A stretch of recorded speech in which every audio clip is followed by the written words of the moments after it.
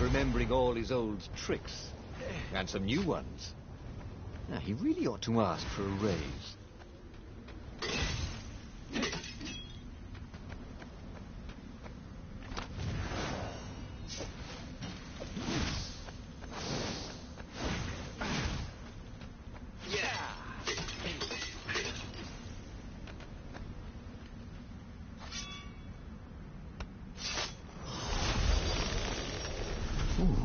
What's there?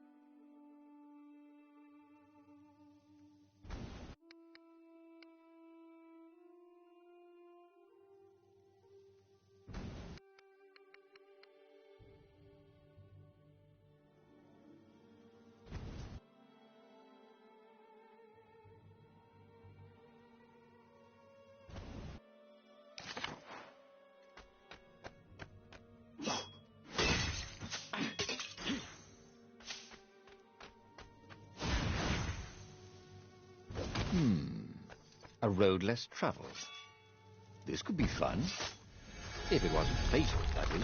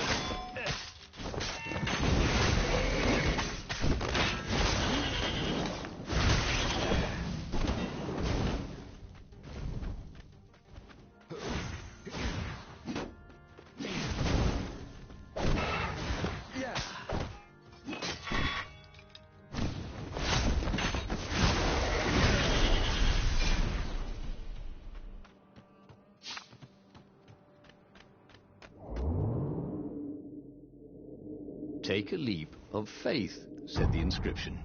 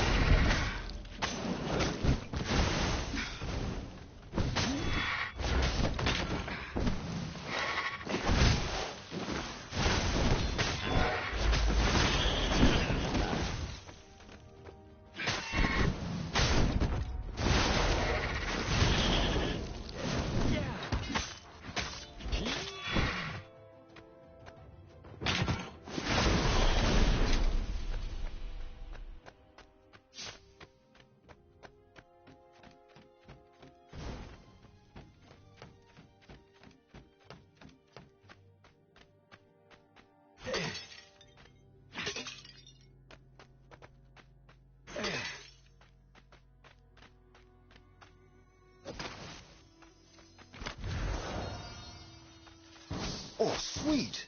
A gem. All he needed now was a workbench, and he could slot it into his gauntlet.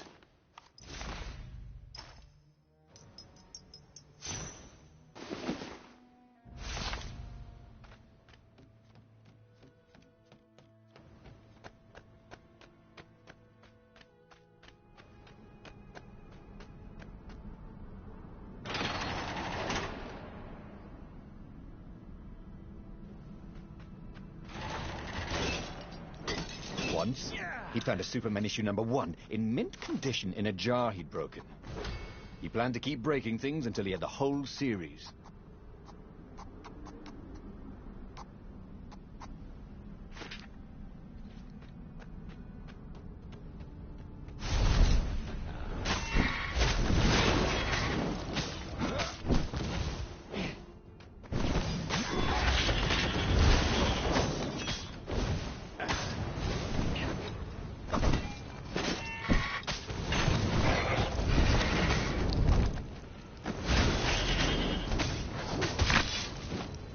What's for dinner, he thought.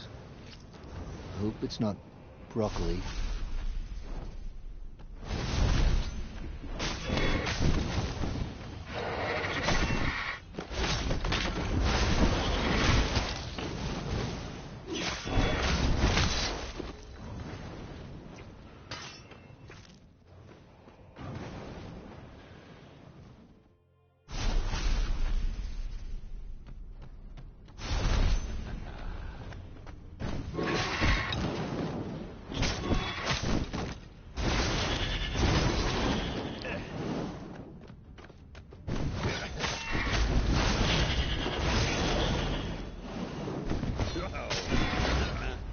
Just trying to teach you how to fly.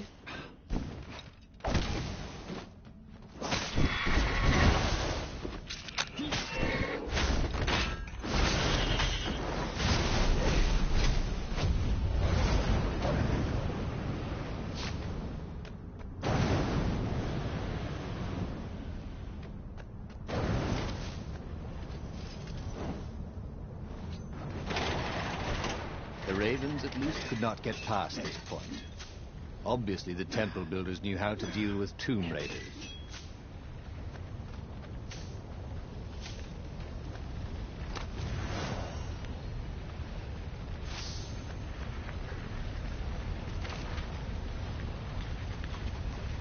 Cool.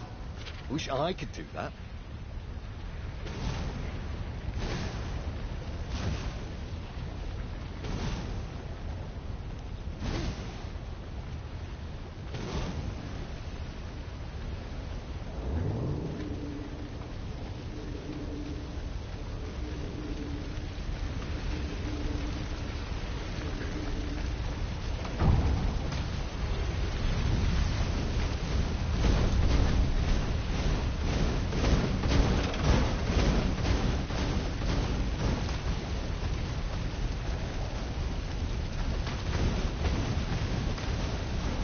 This couldn't be good for global warming.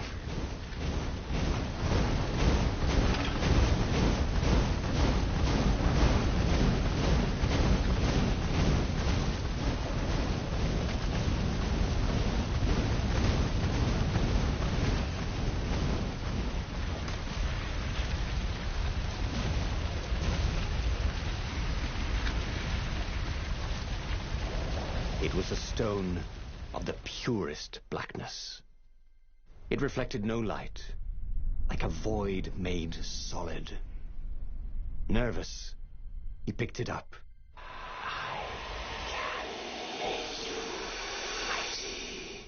Who said that? It was the stone. Eager, thirsty.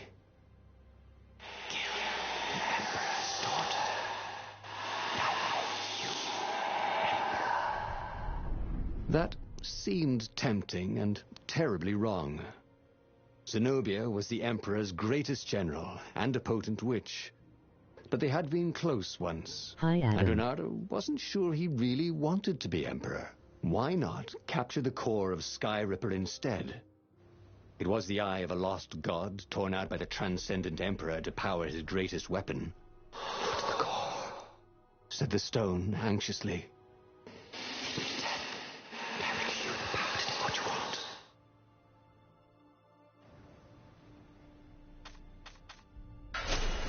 The stone bothered him. He hated being told what to do. Wasn't that why he joined the rebellion? Wasn't that why he'd refused to be a soldier? He'd agreed to come on board only if he could freelance. The stone felt a bit clingy. The sage Calaveras had told him where to find the Sky Ripper, a weapon capable of challenging the gods. Even without its armature, the core would still possess great power. He would go there.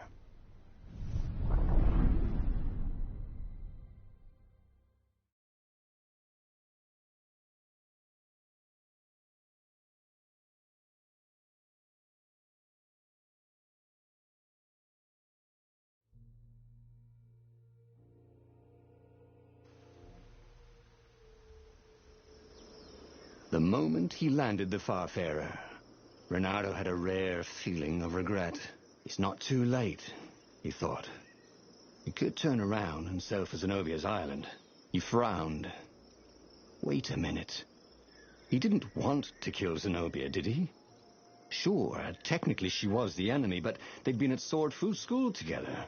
They'd never been lovers, but somehow they'd been closer. She'd told him every secret about herself. Except the biggest one. That she was the Emperor's daughter. No. Kill Zenobia, whispered the stone. Before it's too late.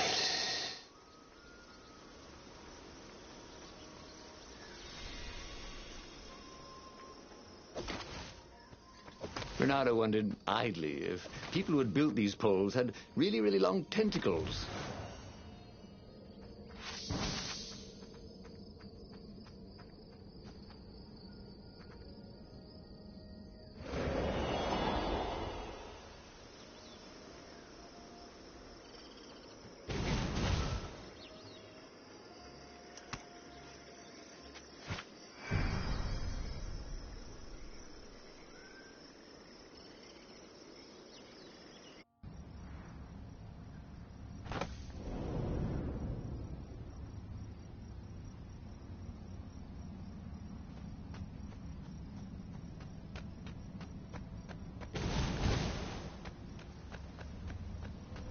There was something sour in the air.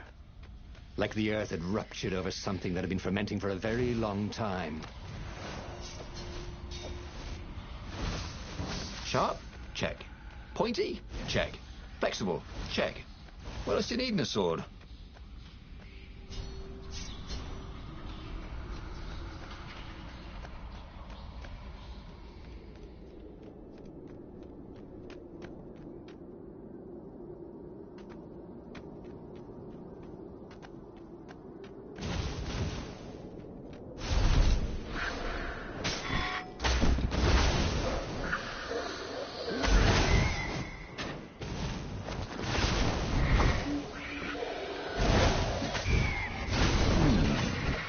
Where did that go to?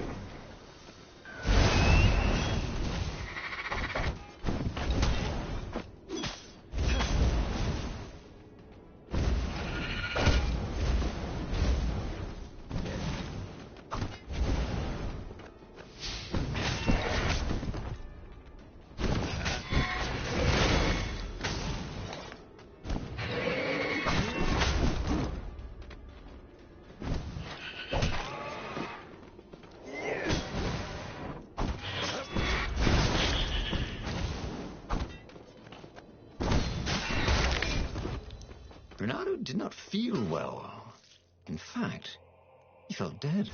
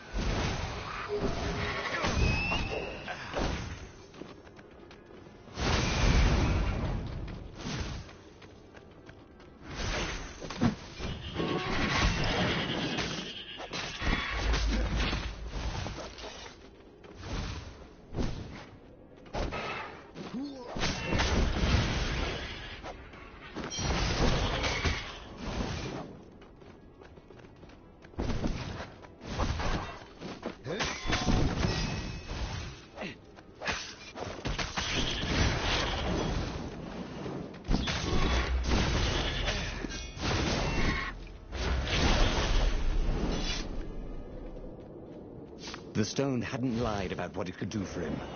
With each raven... Are you afraid of it? No, don't be ridiculous. It chuckled. But it's unstable. It will poison you if so much as carry it, and if you try to use it, it will explode catastrophically. Bernardo did not trust rocks that talked in his head. He went onwards.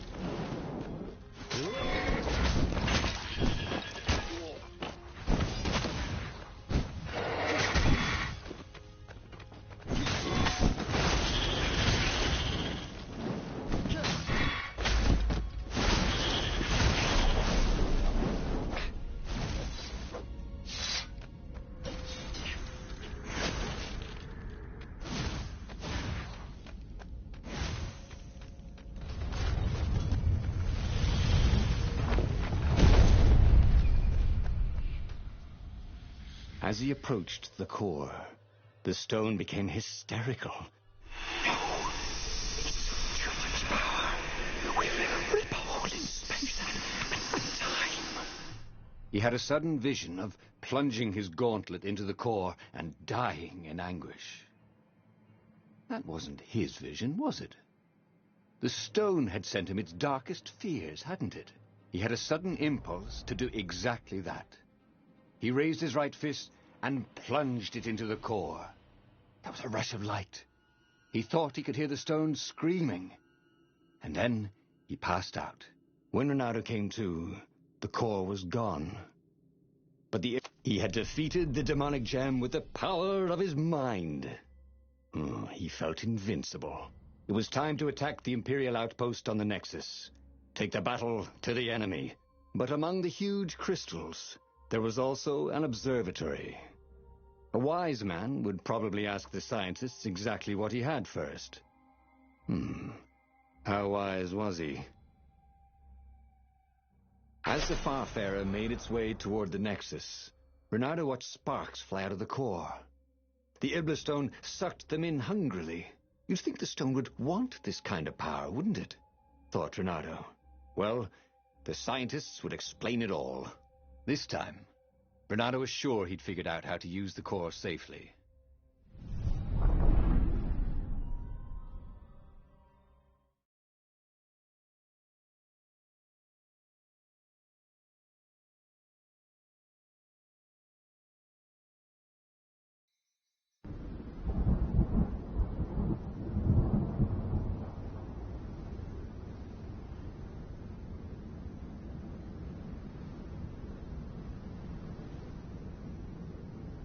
See?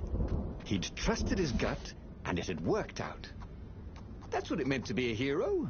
To ignore the naysayers and the odd-makers, and do what you knew was right, and have it turn out to be the right thing. Well, he wasn't worried. Once he got to the observatory, the scientist toads could explain it. Then he could carry the war into the enemy's camp and destroy them all. Oh, dear. He was getting a little bloodthirsty, wasn't he? He was getting nowhere. Fast.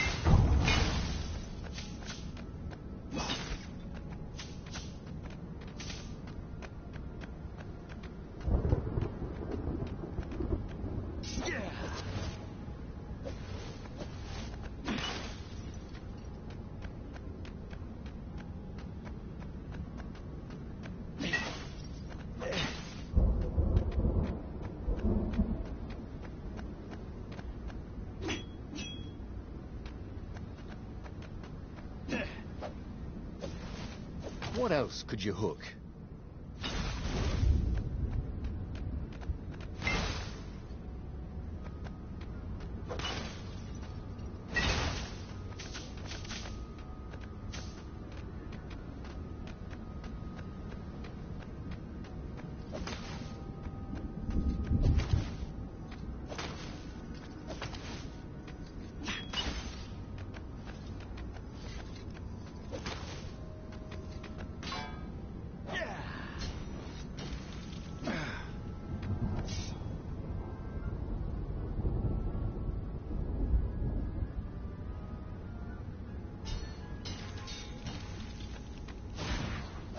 Is a very cool sword, thought Renaro. No, seriously. He couldn't feel his paw anymore.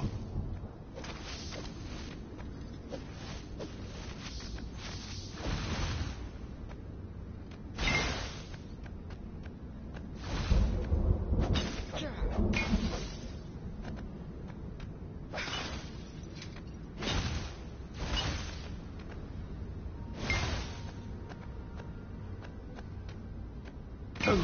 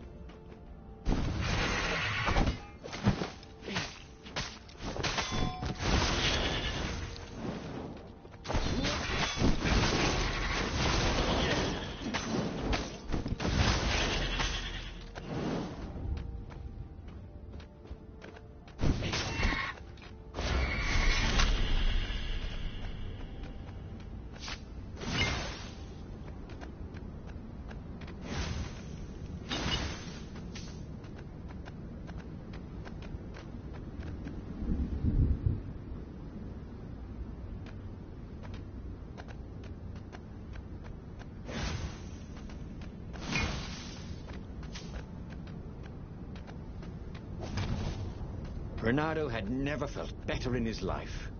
Normally, a battle would wear him down and he would need a night's sleep. Now he felt like he could go all night and all day. He felt like people were cheering him on, and he could practically hear their applause as he slew one raven after another.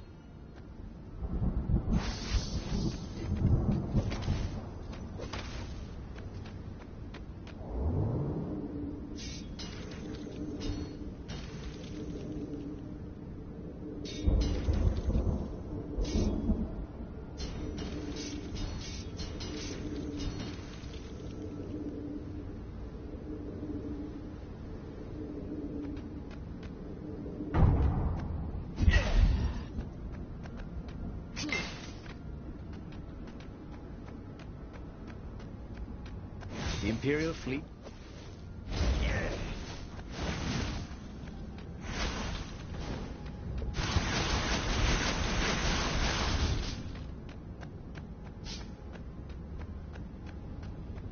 I need more materials, thought Renardo.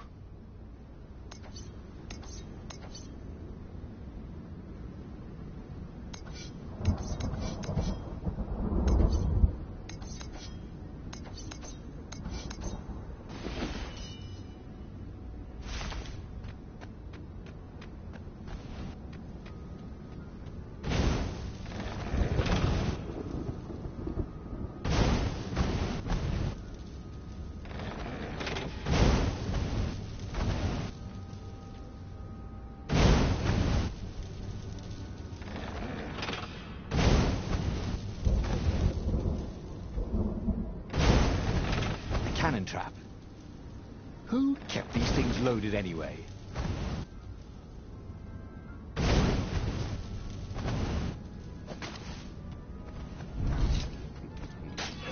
Or some people were just liable to explode if you upset them.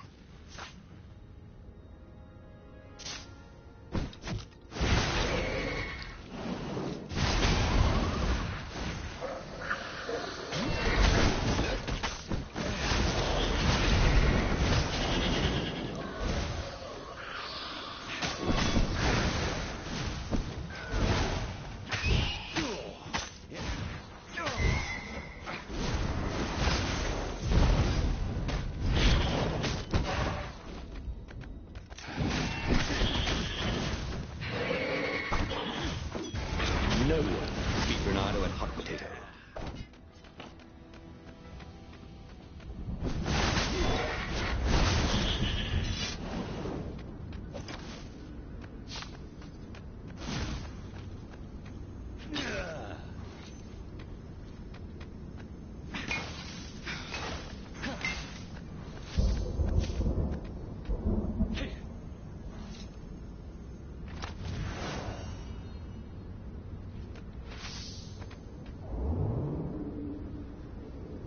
Building these platforms was so expensive, they'd run out of budget for guardrails.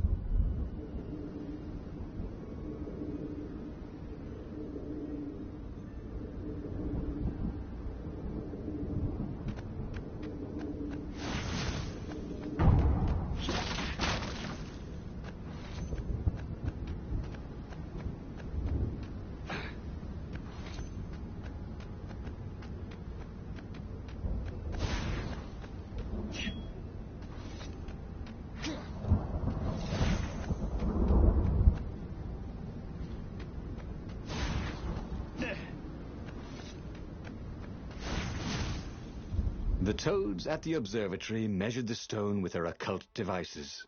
I fed it the core of Sky Ripper, explained Renato.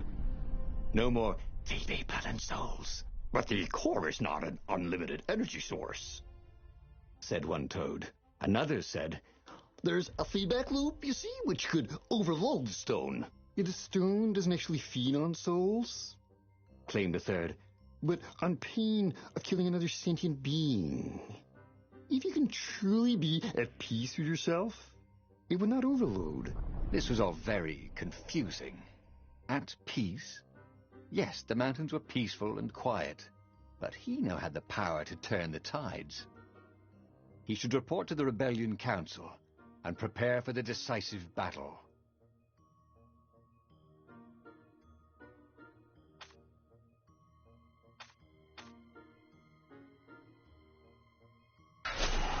Renato couldn't make sense of anything the toads said, and argue made him restless. The Iblis Stone had made him a power in his own right. The core had kicked the Iblis Stone out of his head by filling it with more power than it could eat. It was time to meet the leadership of the rebellion. It was time to go to the ruins where they had hidden their secret base.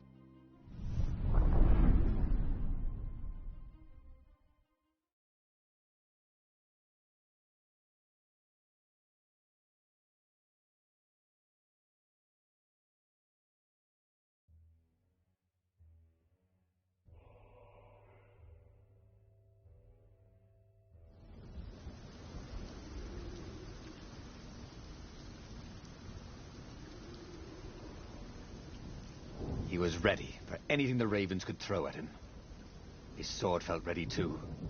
It seemed to know what he wanted most.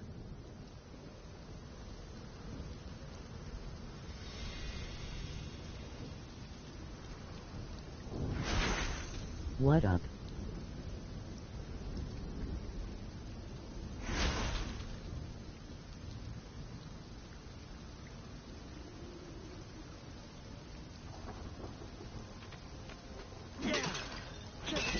Renato, smash!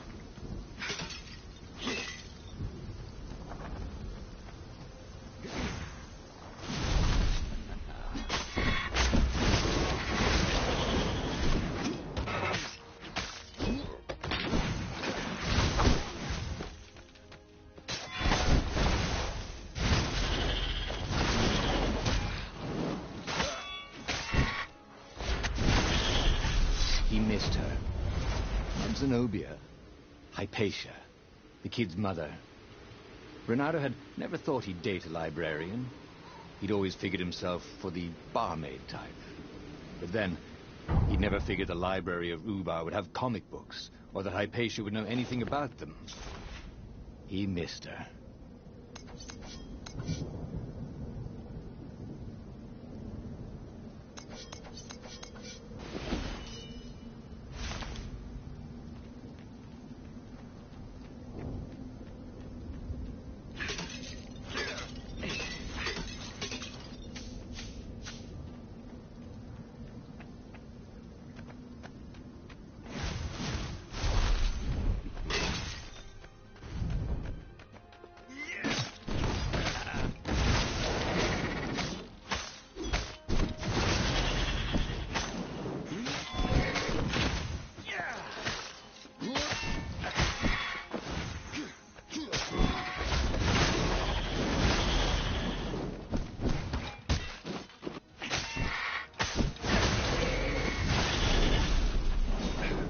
Iblastone wasn't pestering him anymore. Good. He didn't want to chit-chat, not with anybody. He didn't want to think about Zenobia or Lapino. He just wanted to fight.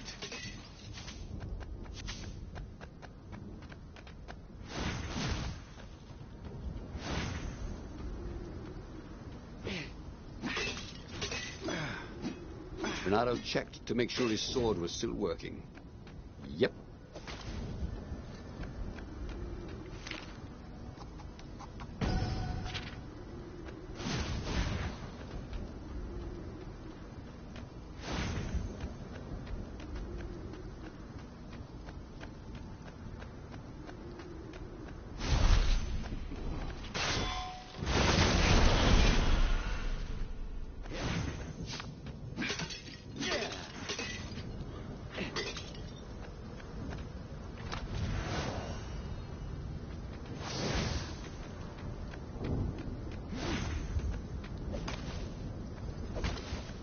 What were these poles, exactly?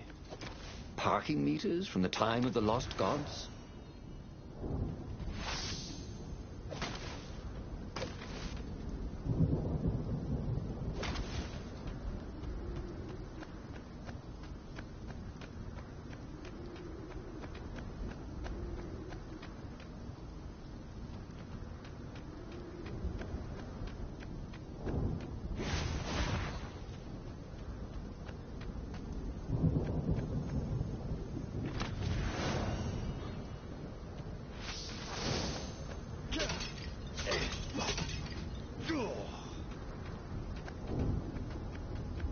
This was almost fun.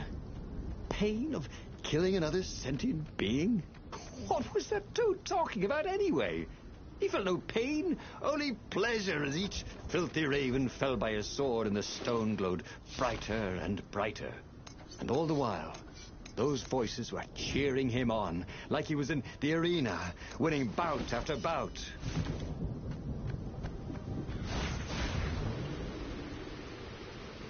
There was an inscription on the platform. Balaleka lessons, with an address.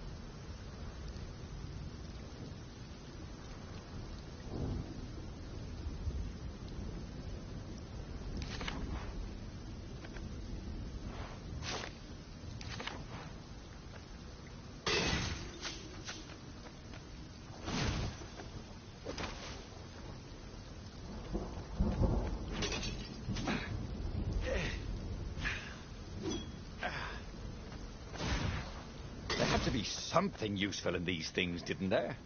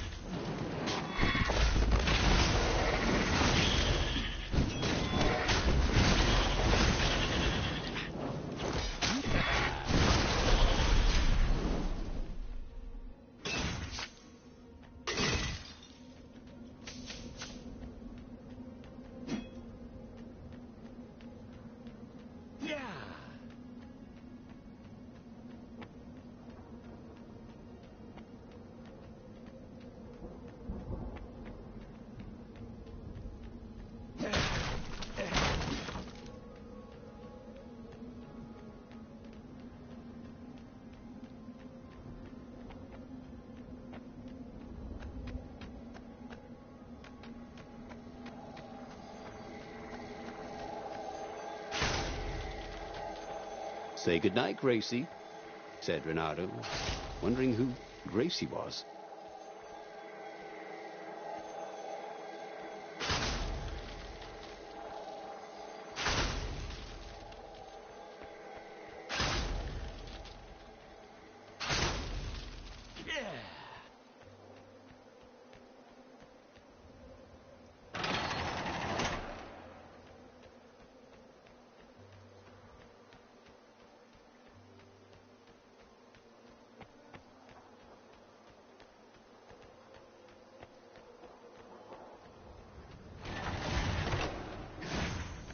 Long stairs.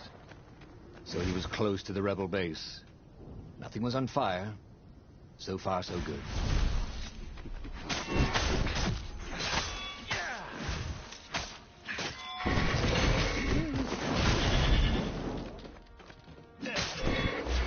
If only he had some way to break the ice.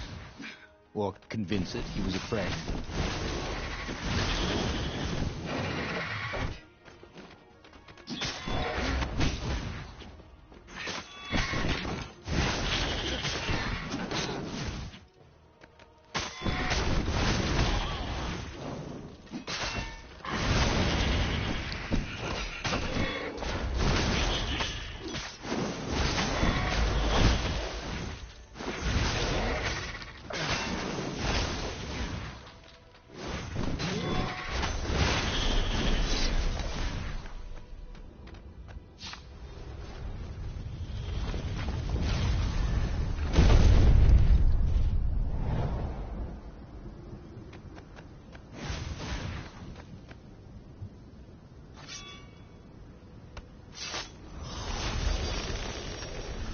You never knew where the road would take you, thought Renato.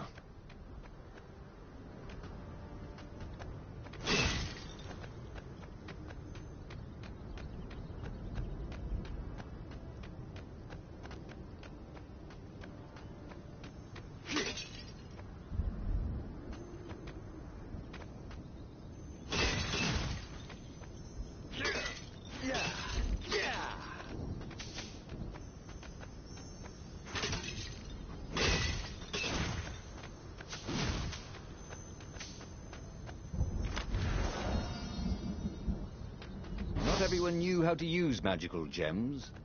Of course, not everyone had magical gem gauntlets like he did.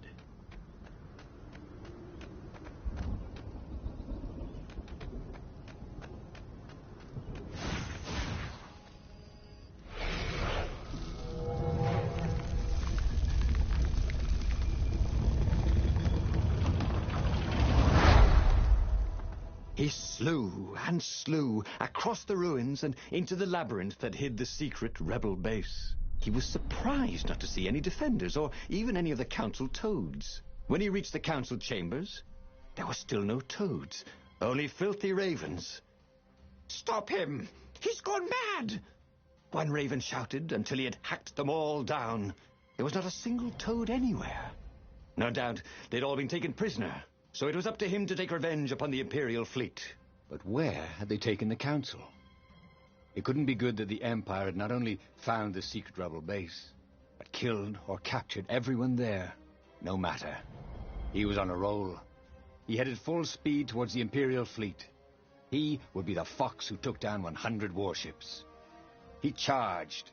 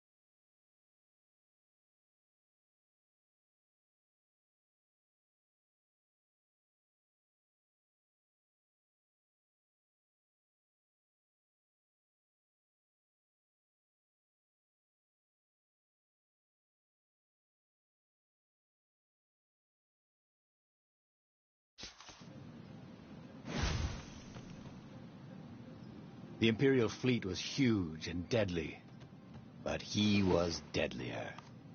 The crowd was cheering him on. He could practically hear it. Reynardo, the hero of the rebellion.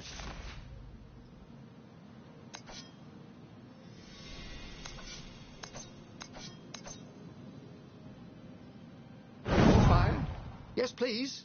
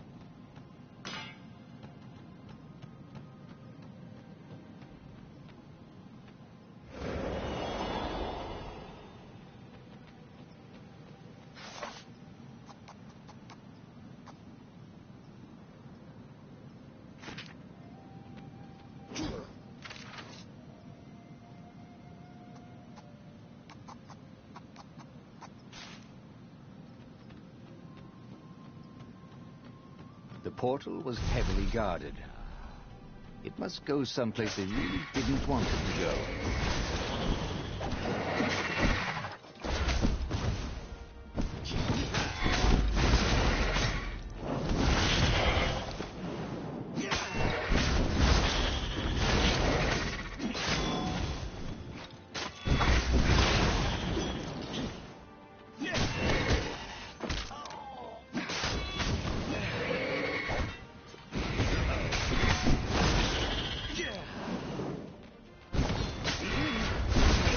You know nothing, Jon Snow.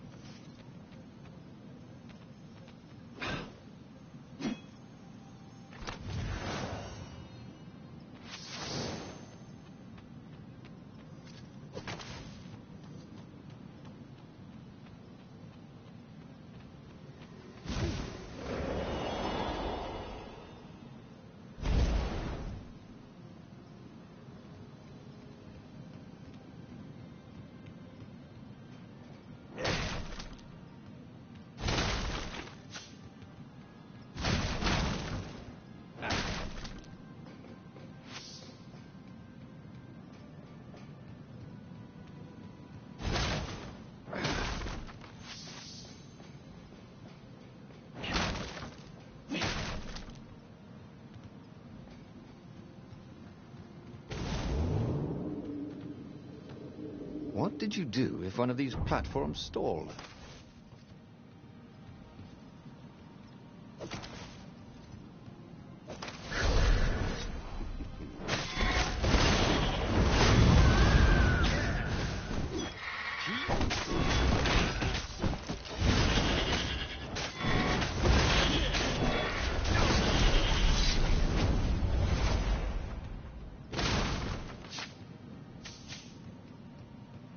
It was definitely easier to fight inanimate objects.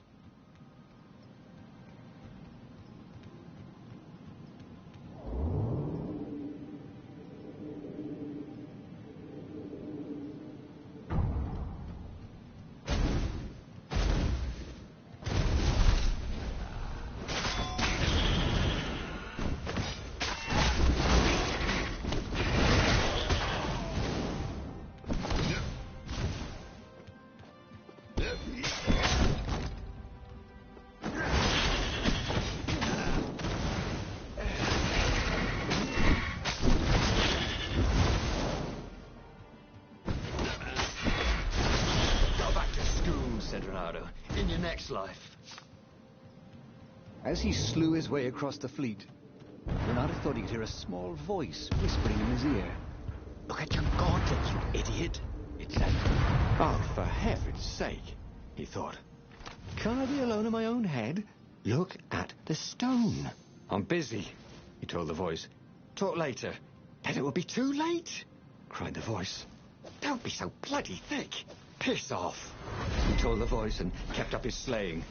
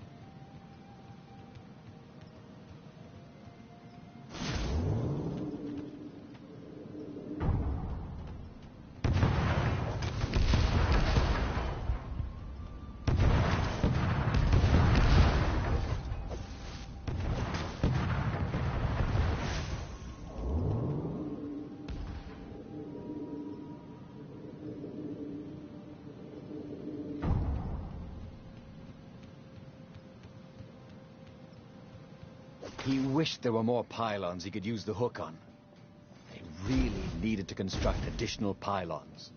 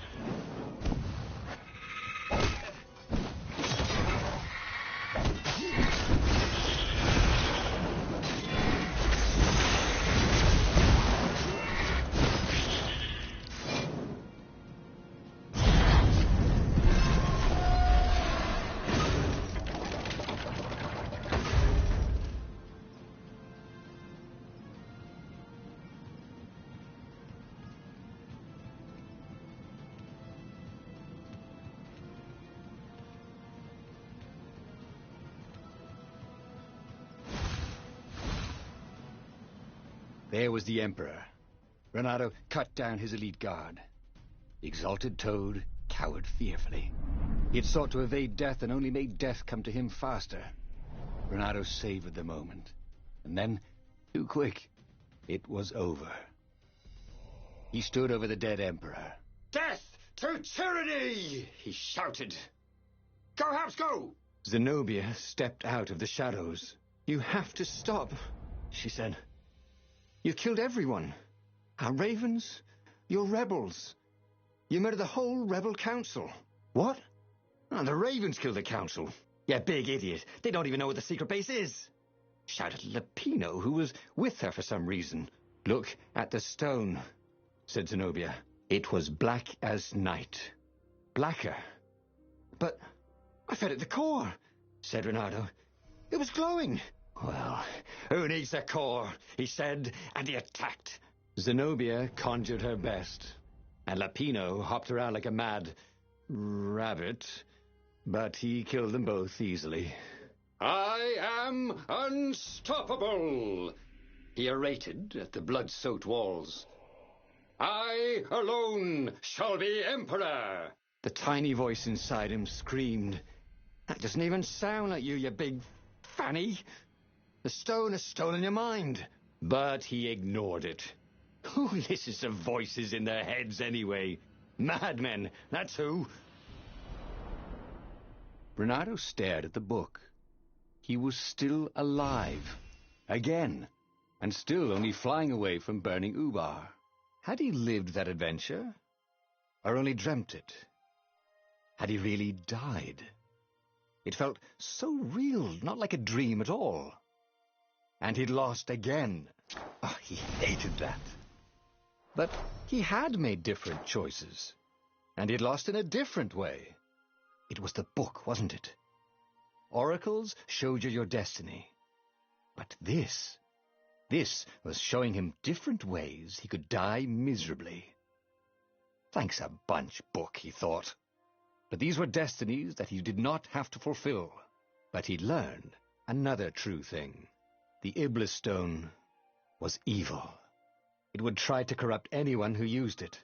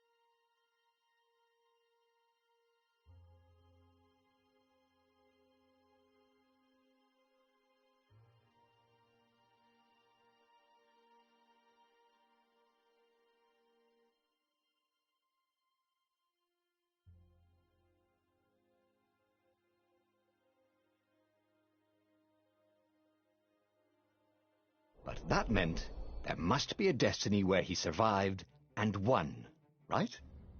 Otherwise, what was the point? And with that, the book's pages fluttered back once more to the beginning, and the clouds parted over the Isles of Boreas. It was time to choose. The rebellion was in trouble. Ravens were scouting for the secret rebel base. They needed a game-changer. Pieces of the Sky Ripper had surfaced. Renato knew that using it could go catastrophically wrong, but he was sure he could figure out how to use it safely. Also, a temple had risen out of empty desert. The Iblis Stone was hidden there. It was a dangerous artifact. It could corrupt its user into a bloodthirsty monster. Maybe he could find a way to use it, to take its power without surrendering to its wickedness. On the other hand, his old friend Lapino needed rescuing. Lapino was no game-changer, but could Renato really leave an old friend to the Ravens?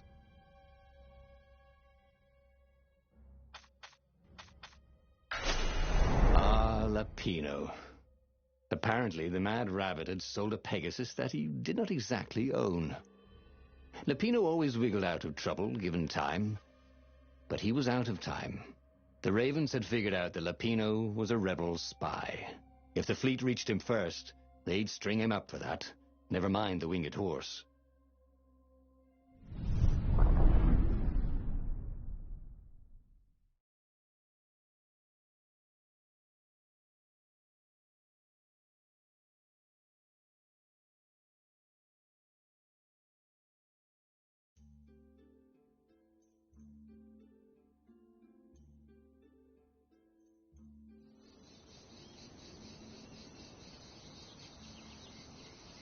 Lapino had apparently managed to confuse the judge by arguing that he hadn't actually stolen a winged horse. He'd only sold it. But, wait. Where was the pin? The village was empty. Had everybody fled the ravens?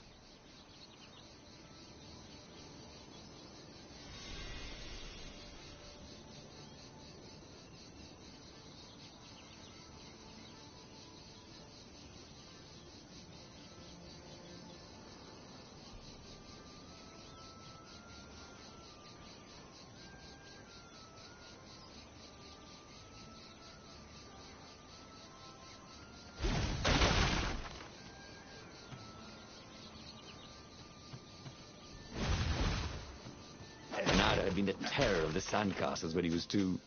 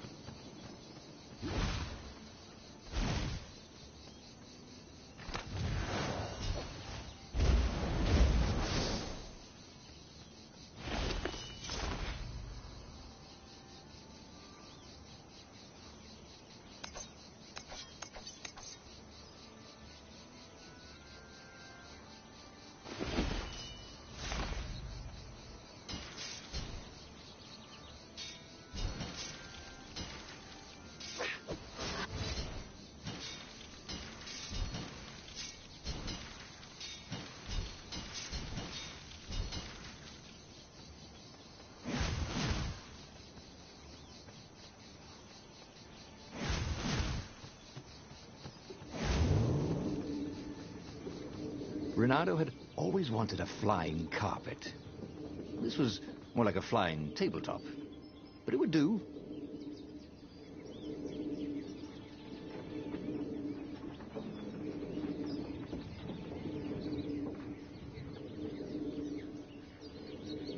The ravens had taken the town. Renato had seen villages emptied like this, all the people taken away to be sacrificed in the Emperor's secret rituals. Renato hoped the people were just hiding.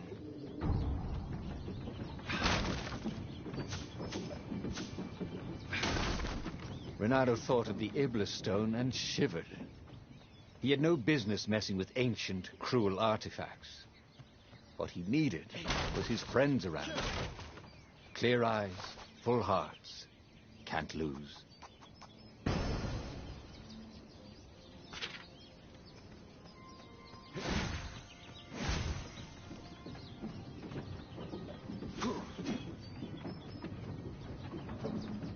You couldn't hack this kind of firewall. You had to warm it up to you.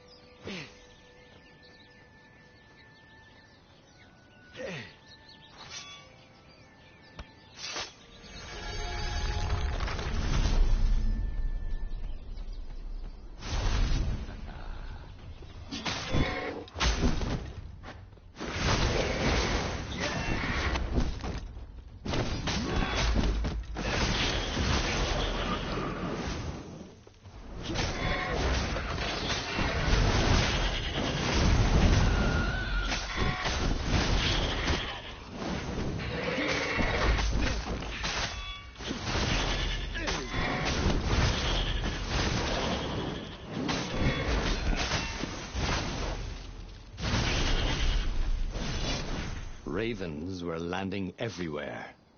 The advance guard. He'd better get moving. If they got to Lapino first, they'd eat him for breakfast. Or a snack. Ravens weren't picky. If they got hungry, they sometimes forgot to interrogate their prisoners. Even top spies like Lupino. Where had the mad rabbit got to?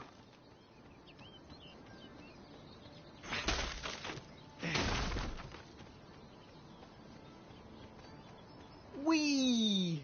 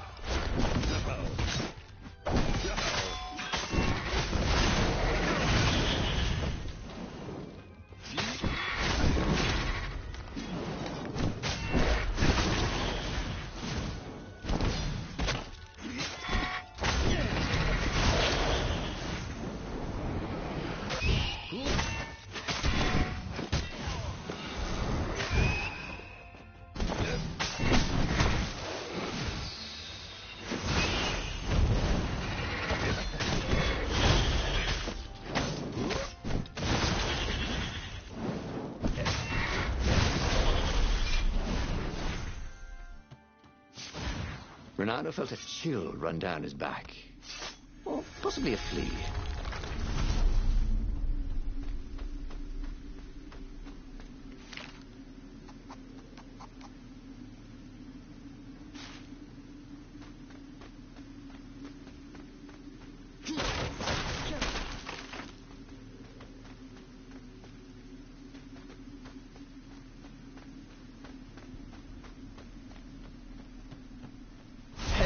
I hear black is the new dead.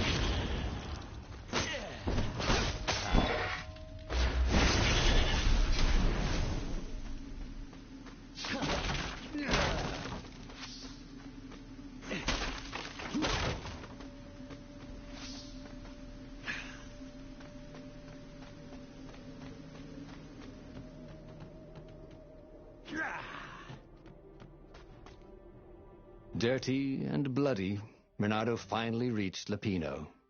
The rabbit was practicing his shuffle. Renato recognized the cards. It was Lupino's favorite deck. Oh, I thought you were in danger. I am. The ravens are coming. Oh, the prison thing. Right, yeah, we see this guard owed me 53 ducats, so we made a deal. They're very reasonable people, actually, for weasels. Now, I got a brilliant plan to kidnap Zenobia. We capture Zenobia, we find out what she knows. And that's the whole war right there. Easy peasy, lemon squeezy. Capture the Emperor's greatest general, who also happened to be a deadly sorcerer and, oh, his only daughter? That would be worth it. On the other hand, he could still get to the core of the Sky Ripper, even if he couldn't get the whole thing. It must have great power.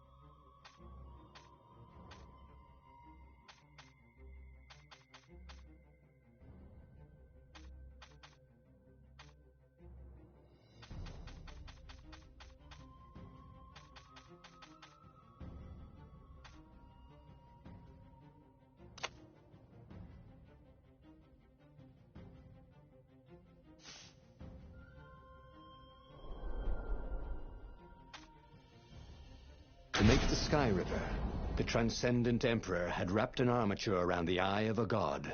Bernardo had already let that armature slip away to save Lupino's life. But even its core, the eye torn from a god, surely they could fashion a great weapon from that. The core of the Sky Ripper? Lupino's excited. That's an actual thing that we could just go and get.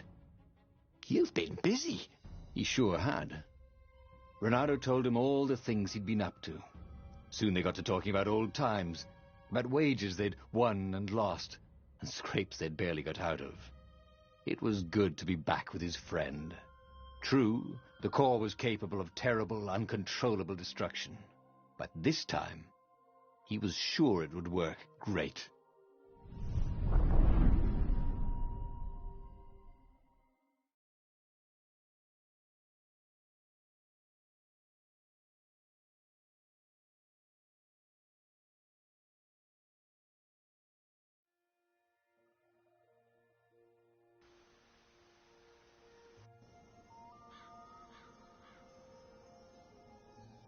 It's beautiful here, thought Reynardo.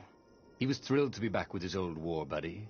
He'd missed the mad rabbit, but something was not quite right.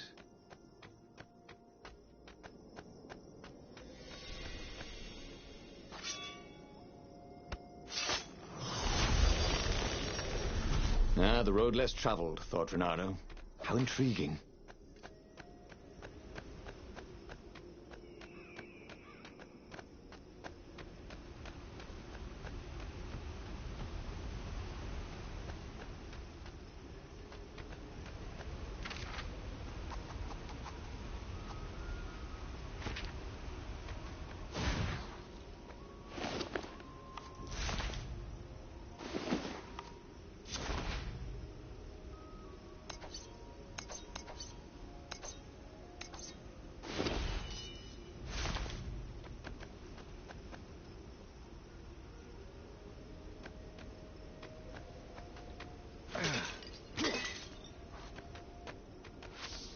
Oh, you shouldn't have.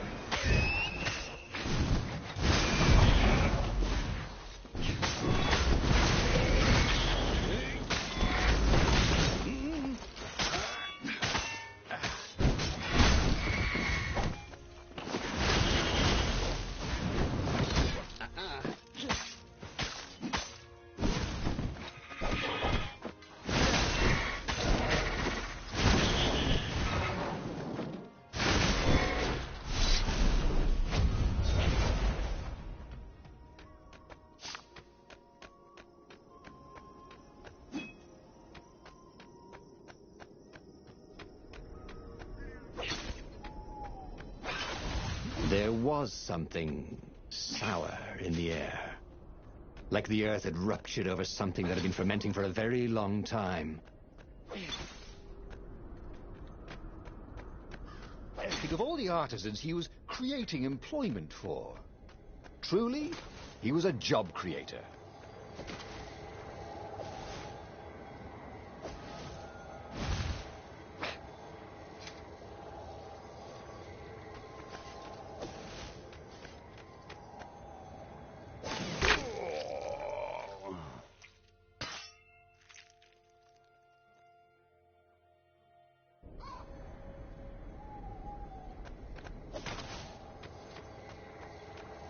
Hoped his hook didn't break.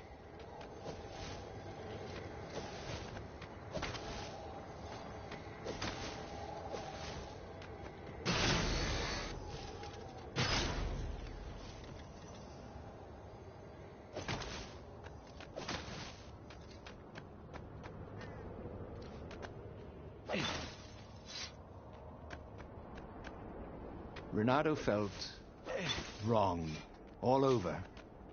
He could feel an almost palpable sickness in the air. And if the land could have tumors, they would look like these monstrous crystals. The forest was quieter than it had been. There were insects, but few birds, if you didn't count the ravens. Reynardo smelled sick animals and dying ones, but no healthy ones. I'm getting a bad feeling about this, Reynardo thought. Maybe Lapina was right. Maybe they should have kidnapped Zenobia instead of coming here.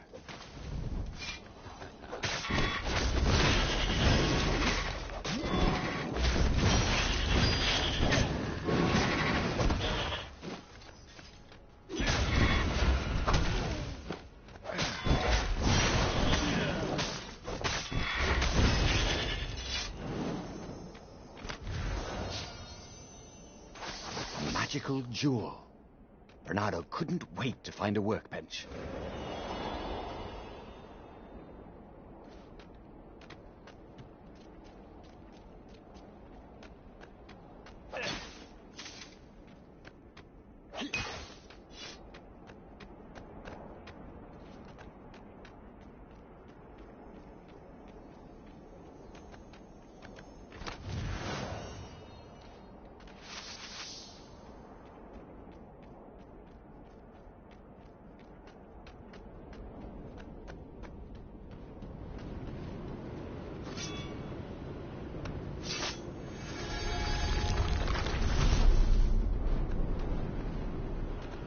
Of course there was a puzzle. You couldn't expect a transcendent emperor to bury a god's eye in a leather sack where anyone could pick it up.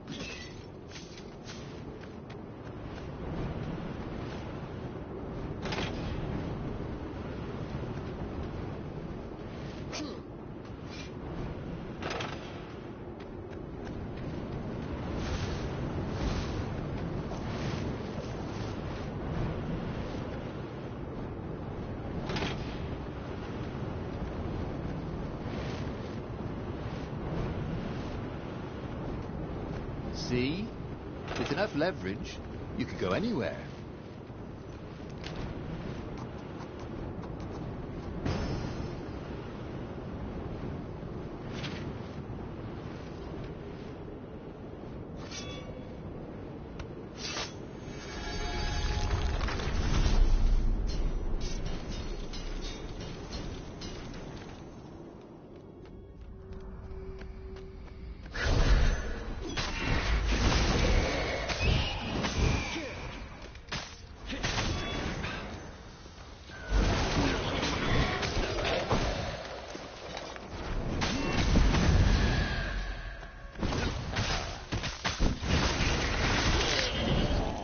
Once again, Renato was dead right.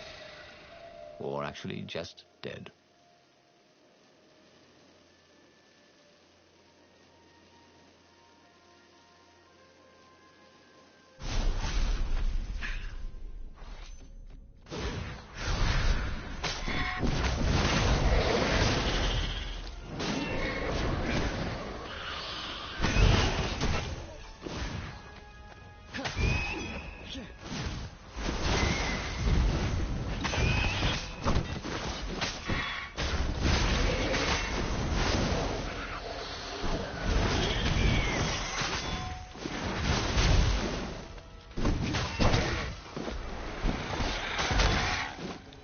What dreams may come, he thought.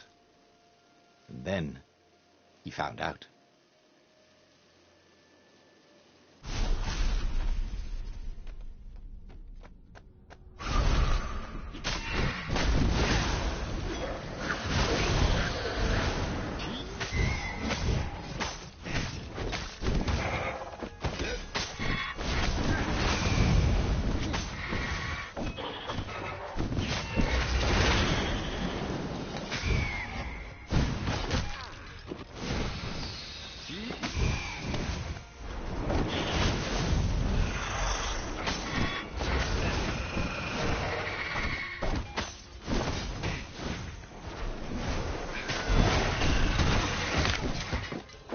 I can't be dying, he thought.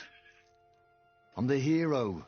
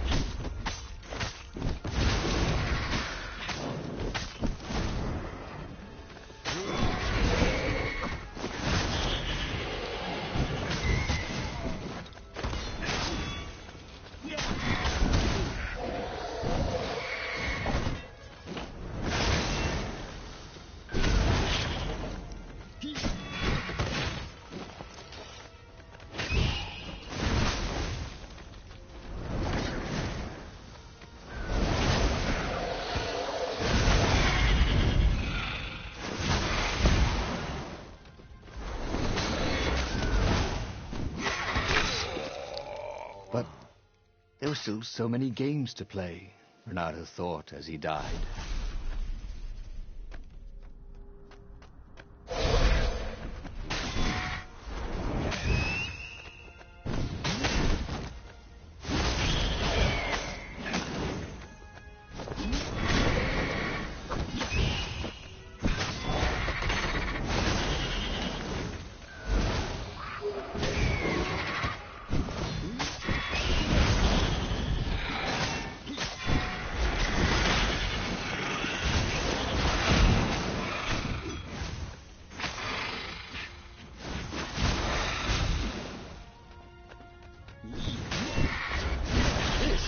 With the new aerobics craze. Am I right?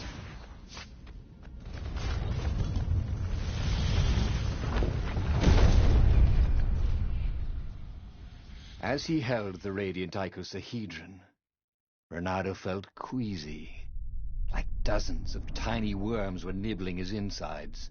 It wasn't healthy to be so close to the eye of a god. How could he use it?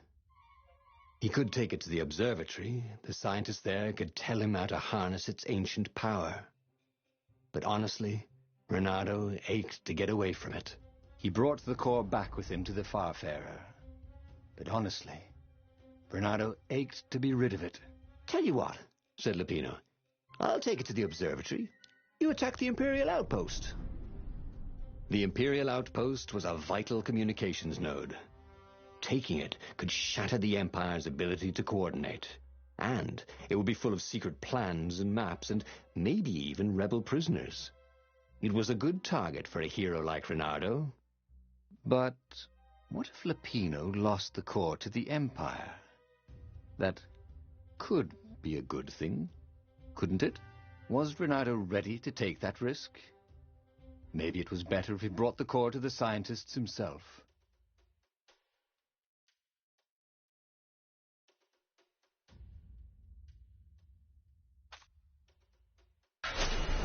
Trust me, Renato, you won't regret this. I'll treat the core like it was my own baby daughter. As the Farfarer dived towards the Nexus, Lupino was jumping up and down with excitement. "Stop rabbiting around," Renato said. Lupino just stared at him. The moment the ship landed, Lupino leapt off the ship.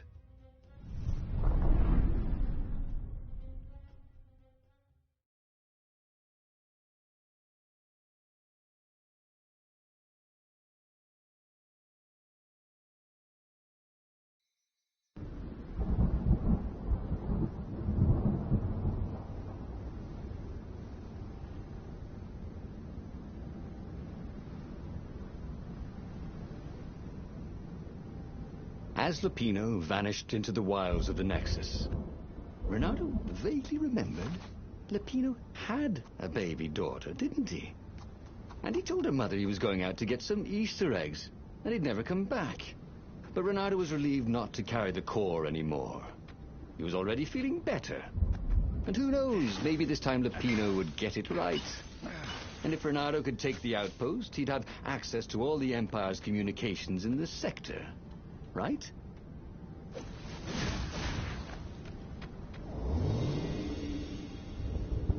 There was a sign. Take the goat across first.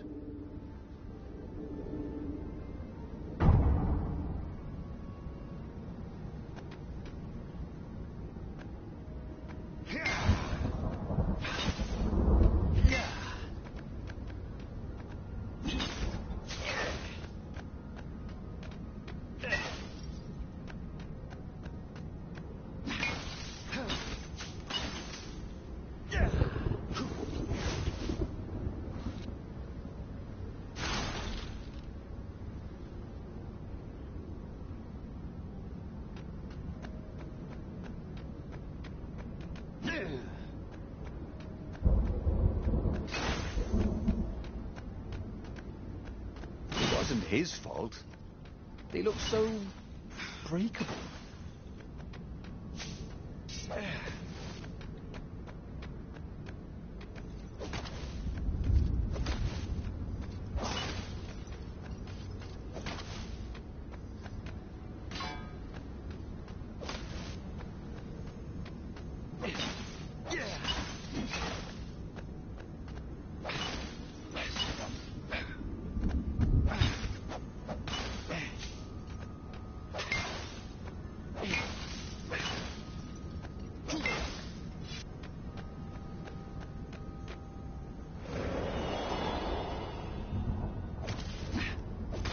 felt like Tarzan.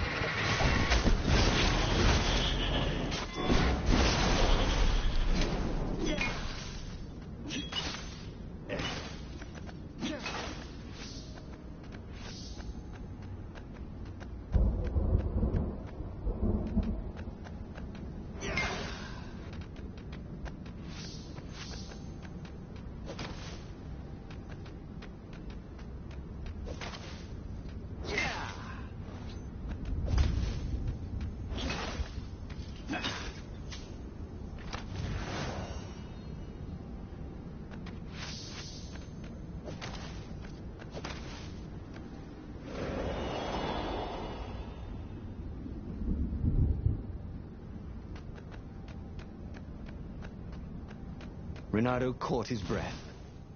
His joints still hurt, but he couldn't feel the poison in his system anymore. He'd let the armature slip out of his hands to save his friend Lapino. Of course he had to let Lapino take the core. The rebellion needed every man doing his duty.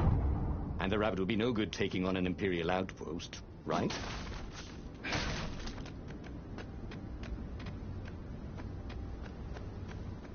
Hey! Hey, a workbench! He could try out his new bling.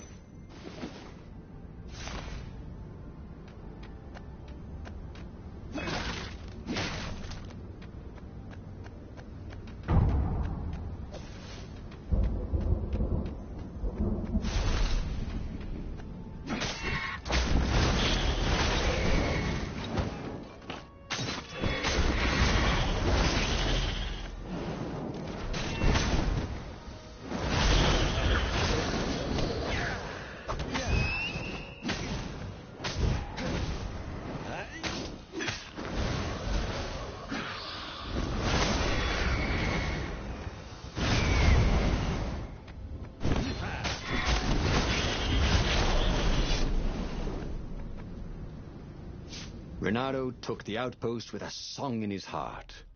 Soon he was stuffing his sack with key messages from and to the fleet. Then the far speaker toad chortled a new message. The observatory had been sacked by ravens. Lapino and all the scientists had been taken to the mountains. Why? Why had he trusted Lapino again? And now the Empire had the core. Renato hailed the rebel base to warn them. But their far speaker didn't croak back. Was the base under attack too?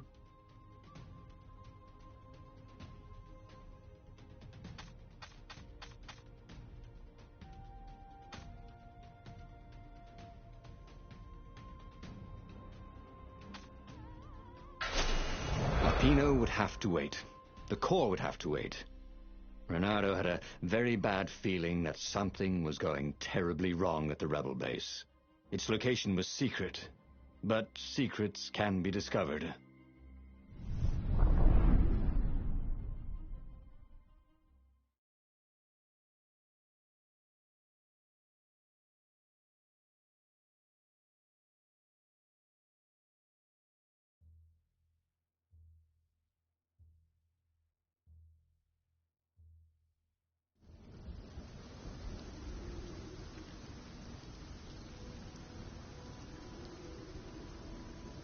There were Imperials everywhere in the ruins, and dead civilians. The Ravens were killing everything in sight. Renato was relieved to see no rebels among the dead. Maybe the secret base was still secret, but there were huge burn marks on buildings. What monstrous weapon was the Empire using here? The Corps had great power. Had they harnessed it somehow, even though they didn't have the armature?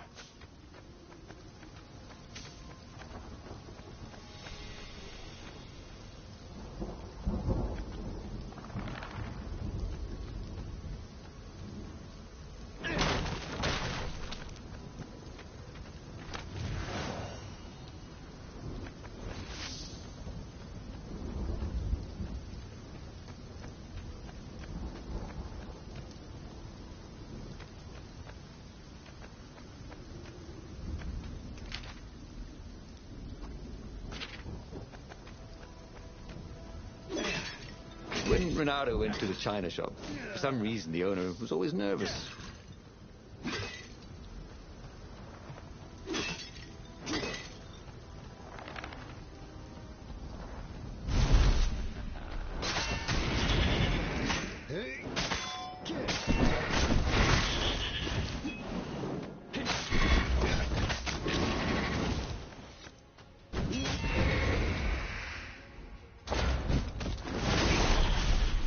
About Hypatia. Oh, she'd been an amazing rabbit. She could talk to him about comics, and talk to her son about history and battles, and talk to scholars about the ancient tomes hidden deep in the vaults of the Library of Ubar. Oh, Renato really missed her.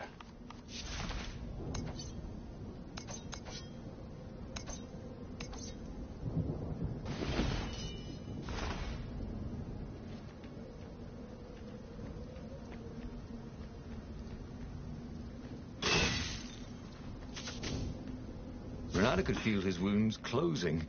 Ooh, we hope nothing else closed up that wasn't supposed to.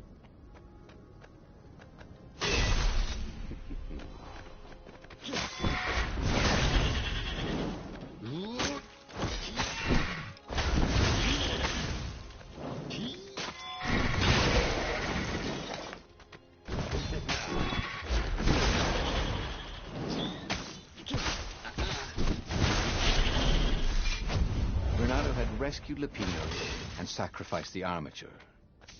He'd saved the one over the many. Then he'd abandoned Lupino to save the rebel council, sacrificing one to save many. Oh, if I ever get out of this alive, he told himself, I'm going to have a talk with me. Every day he was getting better and better.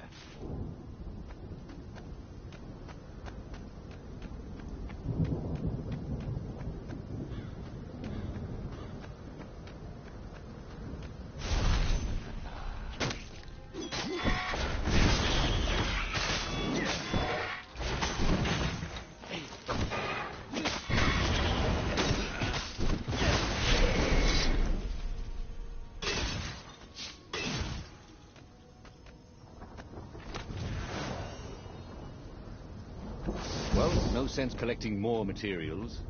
It was time to make something pointy.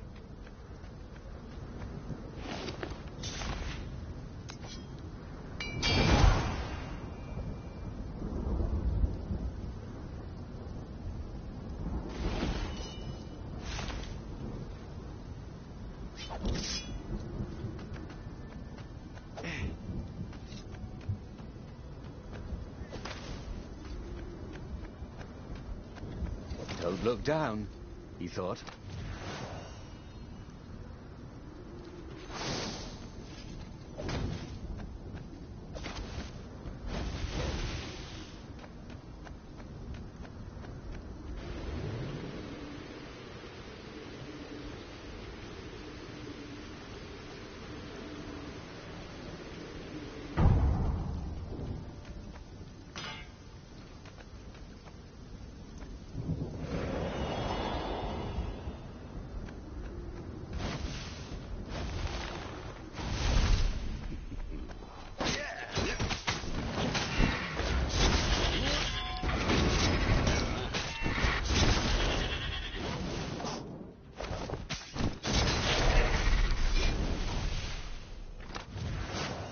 smell charred flesh and hear screams.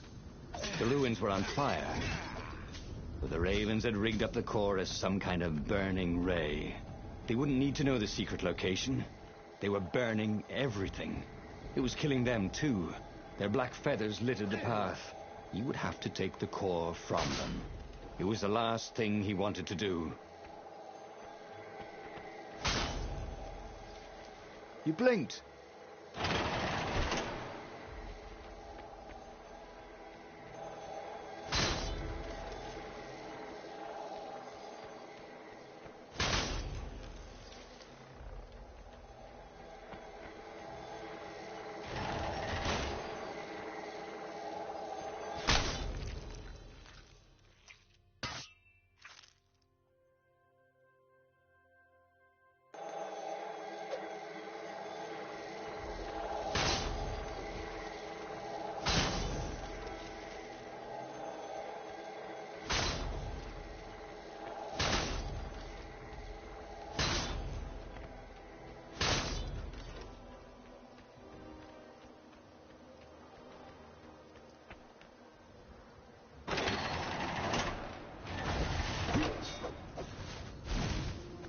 The rebel base seemed quiet. That was good.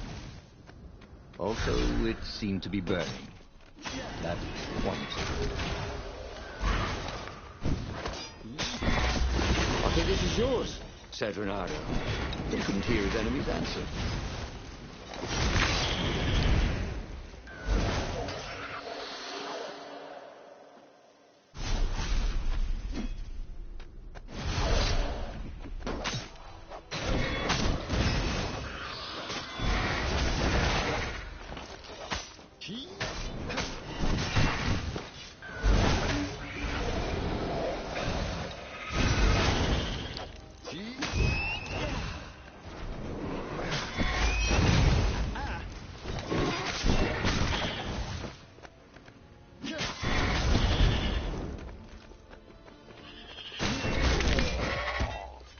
Should have faked left and then gone left, he thought.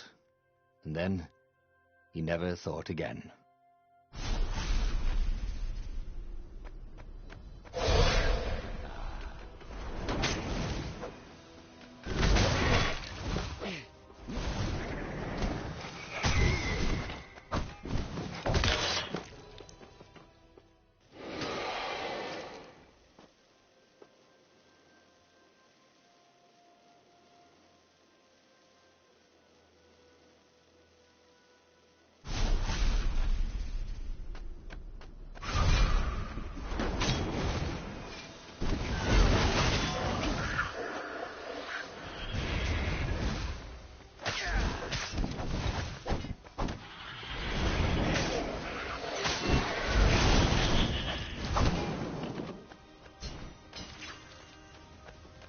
The mysterious sword from the east made you so fast you could catch a fly with your chopsticks. If that's what you really wanted.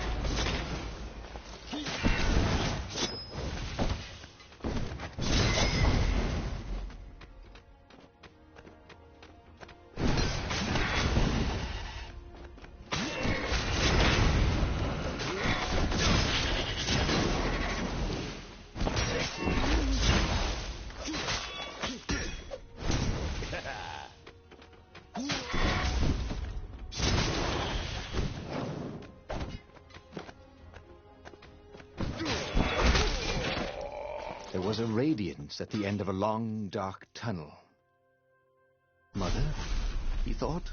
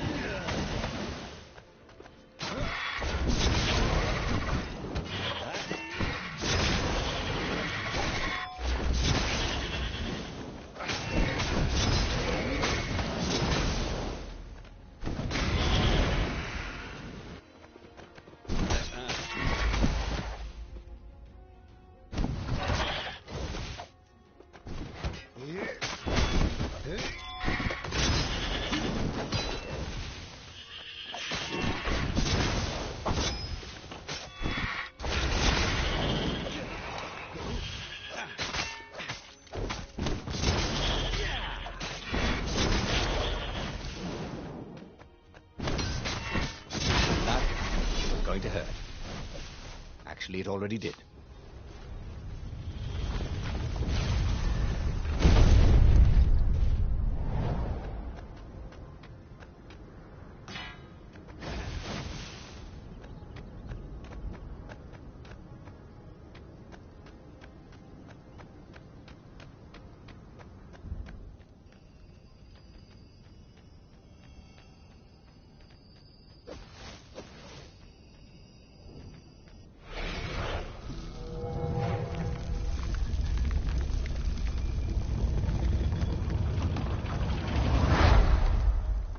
As the last raven fell, Renato felt worse than he ever had.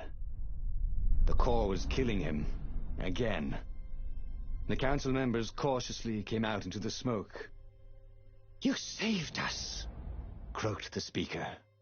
They would put the weaponized core deep in a cavern, she promised, where its poison could harm no one. They would heal him if they could, she said. No, it's a weapon now. We need one. I'll lead the charge. "It will kill you," croaked the speaker. "I guess it already has," Renato said. She bobbed her head gravely. "When all this is over," she said, "we'll name our new capital city for you." He flew towards the Imperial fleet, a myriad ships in disciplined formation, waiting for the signal to destroy the rebellion forever. Behind him, the rebels were charging. If he failed, they would die, and so the final battle began.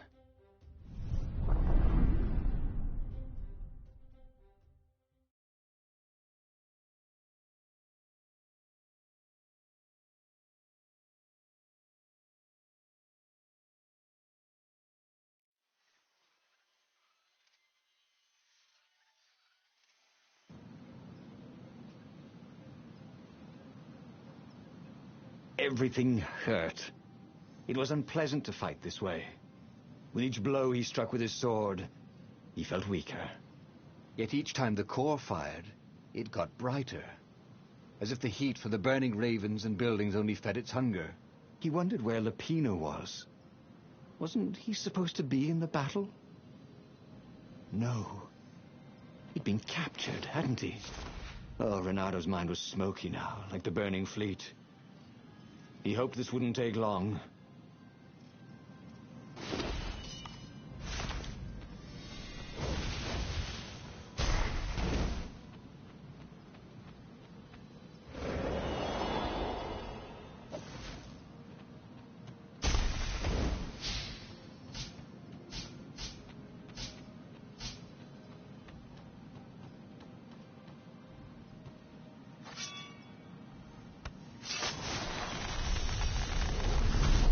Or I could go that way, he thought.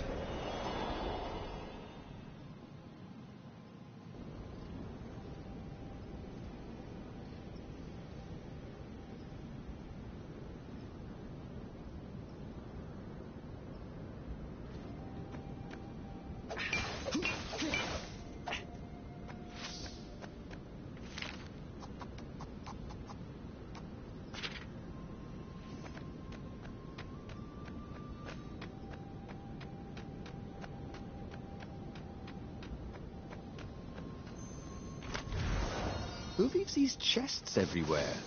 Wondered Renato. I should send him a thank you note.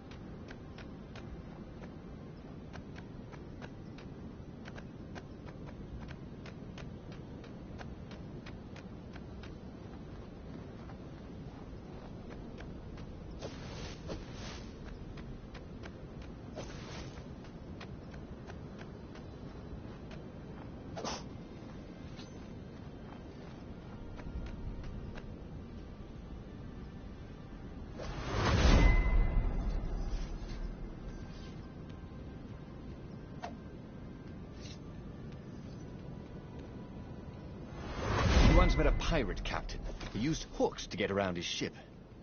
Oh, what was his name again?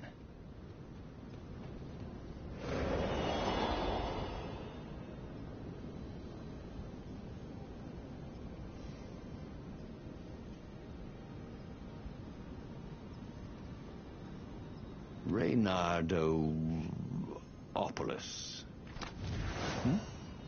Vulpus Major? Lando Nardo. If they were going to name a capital city after him, well, he just wished he had a better name. Where was Lupino? He missed Lupino's bitter outbursts. Or did he? Lupino had gotten him into this mess, hadn't he?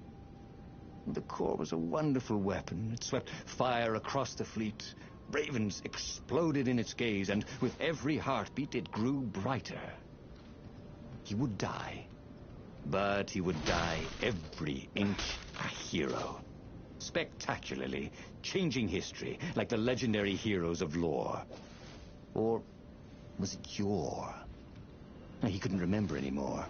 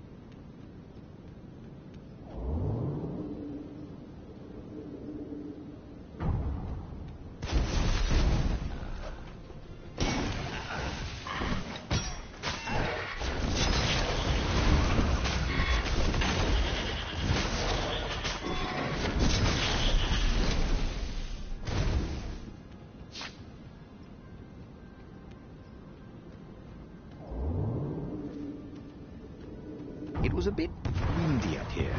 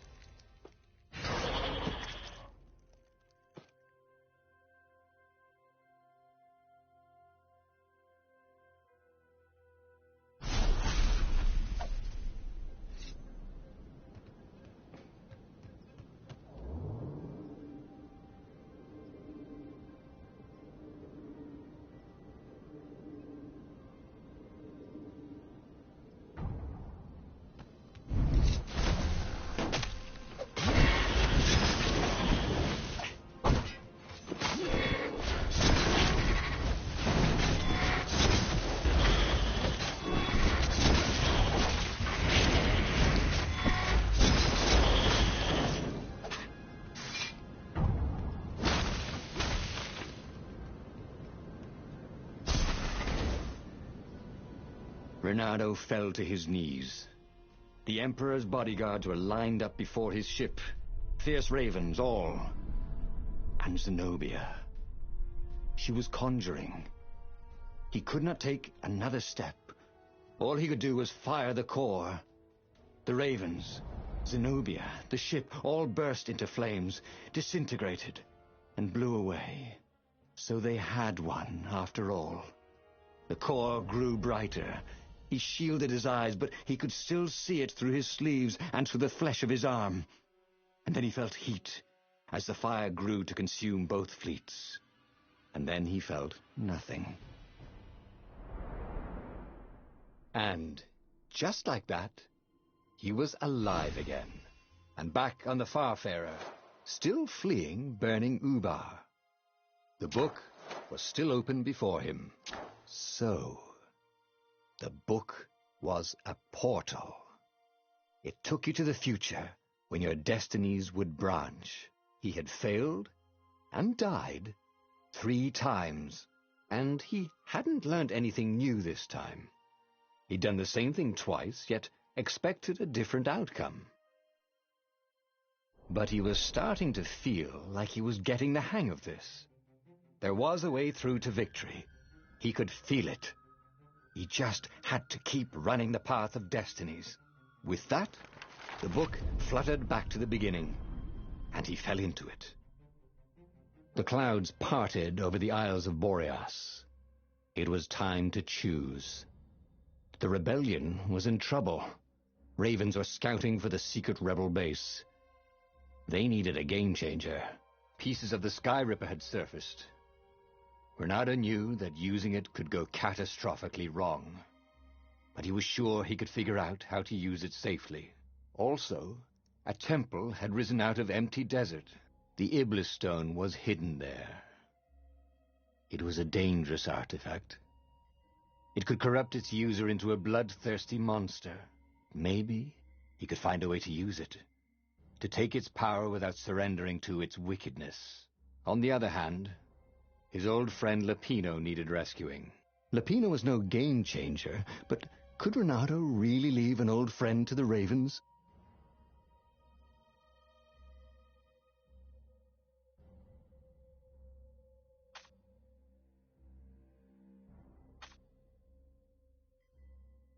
The island was windswept desert. No one went there except ostriches and ostrich hunters. The Iblis stone. It would whisper promises in his ear, offer him power for blood. But this time, Renato was sure he could master it. And so, Renato went ostrich hunting.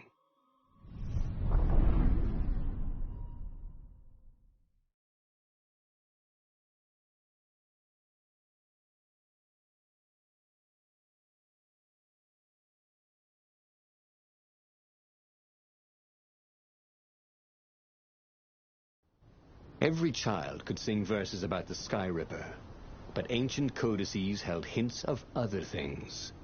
A stone that ate souls, a ruby that drank blood, a jewel only a righteous man could give away.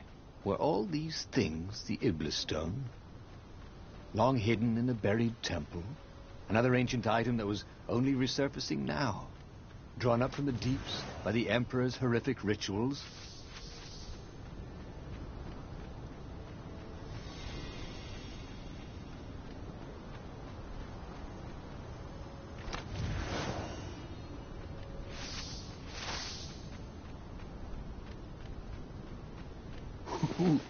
Ooh, a workbench. Did he have any jewels he hadn't tried out? He had.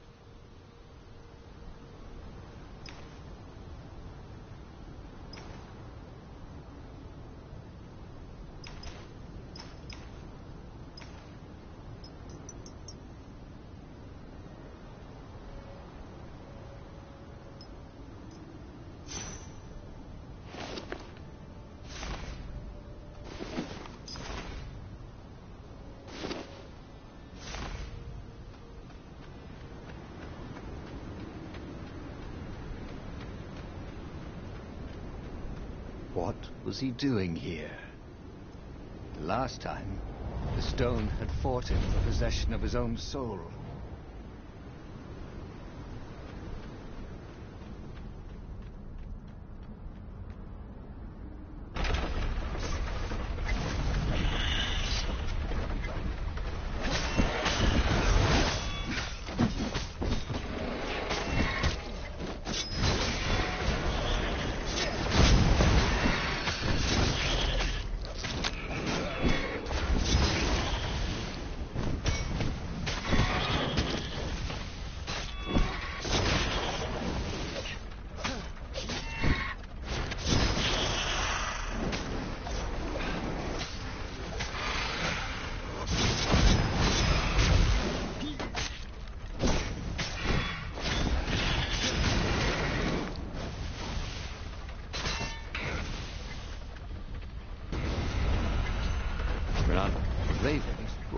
only here, cawing in frustration.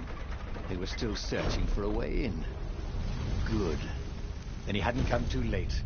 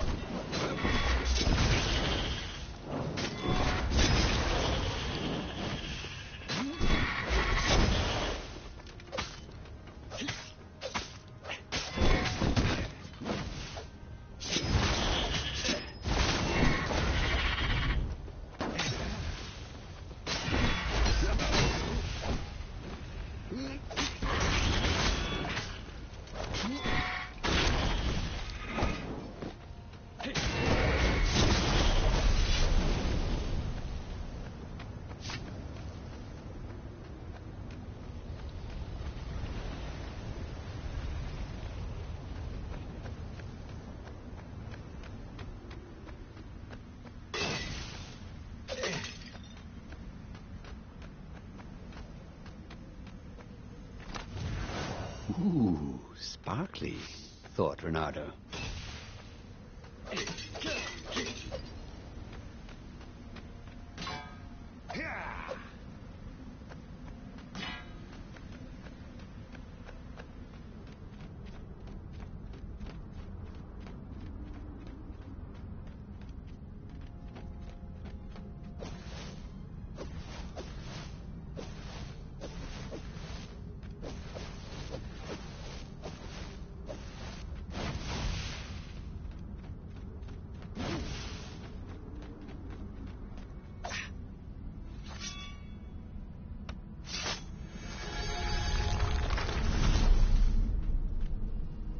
That was always a rush.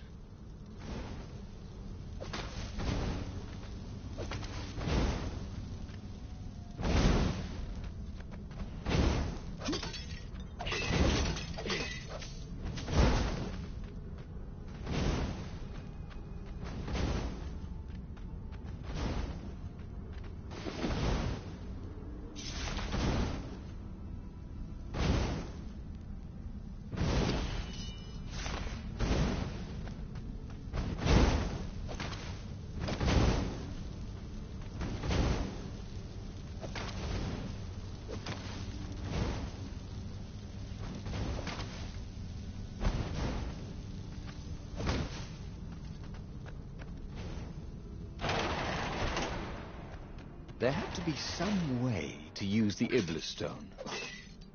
It was old, wasn't it? People are so much cleverer now. And Renato was pretty sure he was cleverer than most people.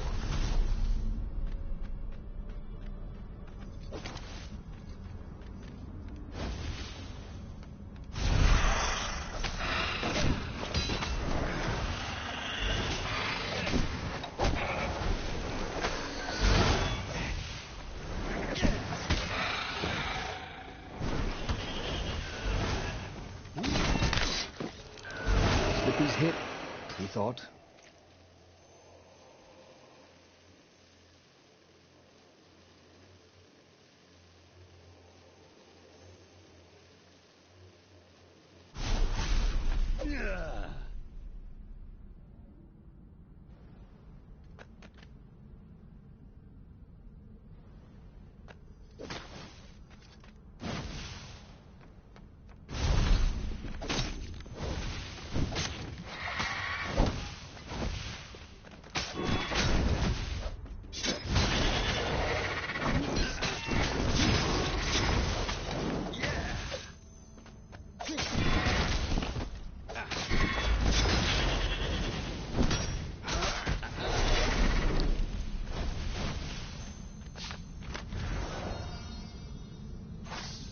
sensed the jewel's power. He had a feeling they were going to be great friends.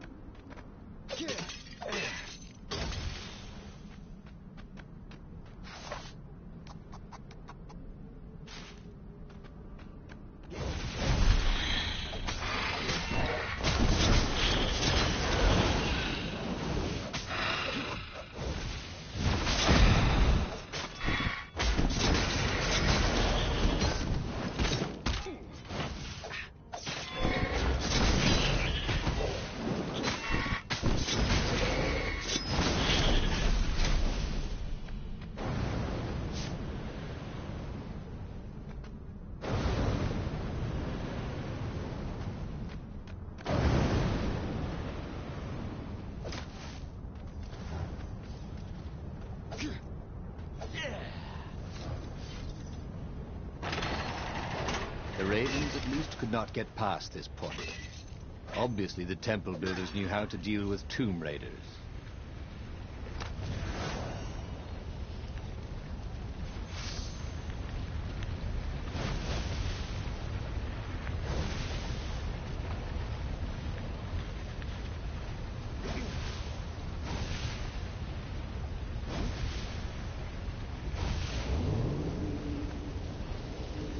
These platforms were great. Renato wanted one for his house.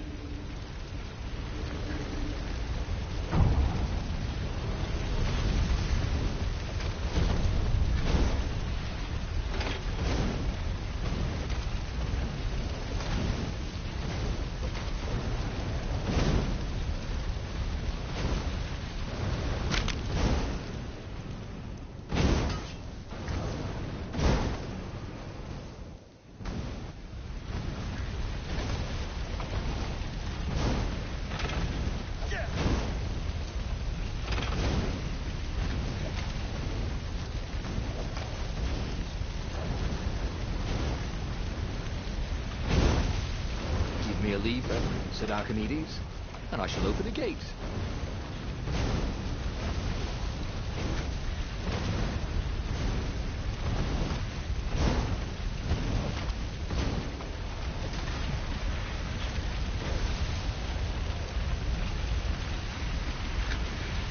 It was a stone of the purest blackness. It reflected no light, like a void made solid. Nervous, he picked it up.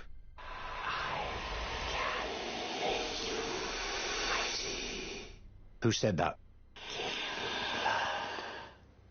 It was the stone. Eager, thirsty.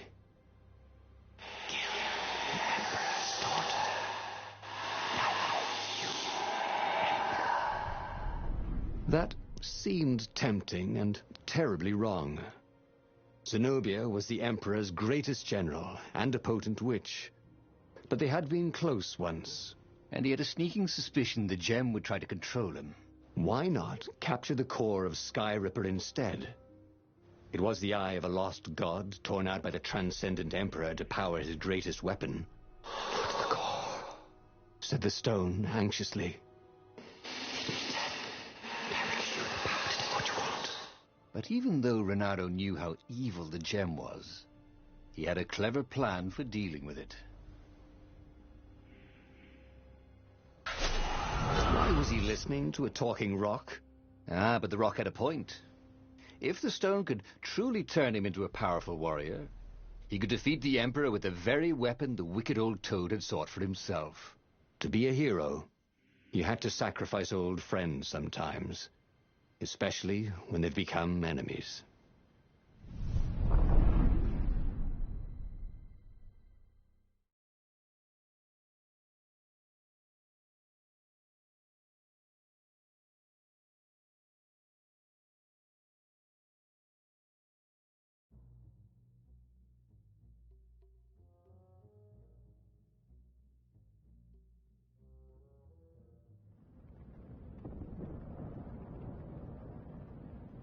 As he placed the impossibly black crystal in his gauntlet, Renato had a sudden vision. Charred fields covered in dead ravens below a black sun. Was it the time of the lost gods before the transcendent emperor? Was it the future?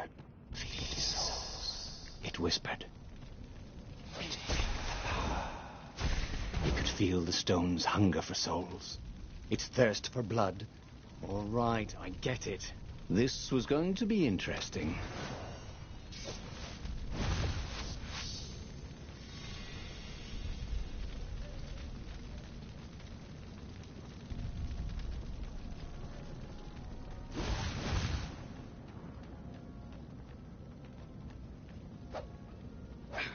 Sometimes, at home, he'd wave his sword around for hours.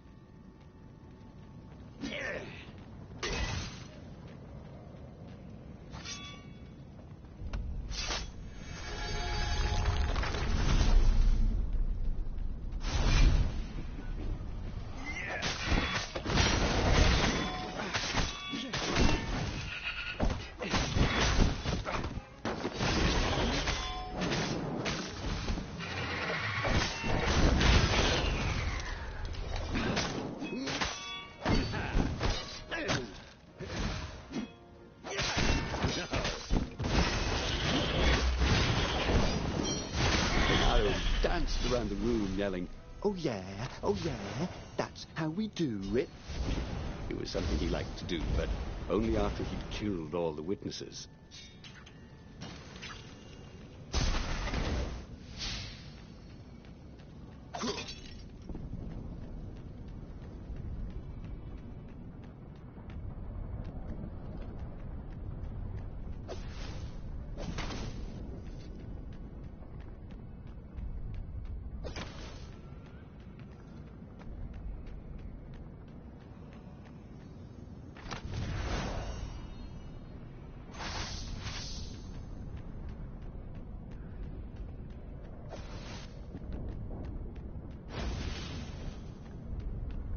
He was sort of yanking his own chain, wasn't he?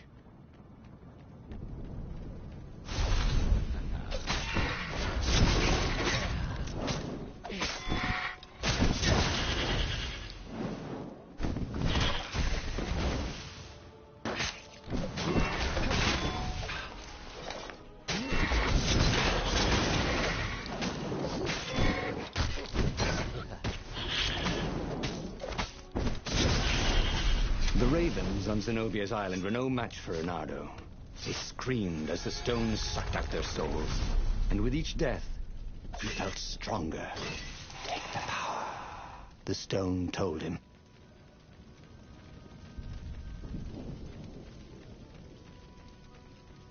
Where was a workbench when you needed one? Oh, never mind.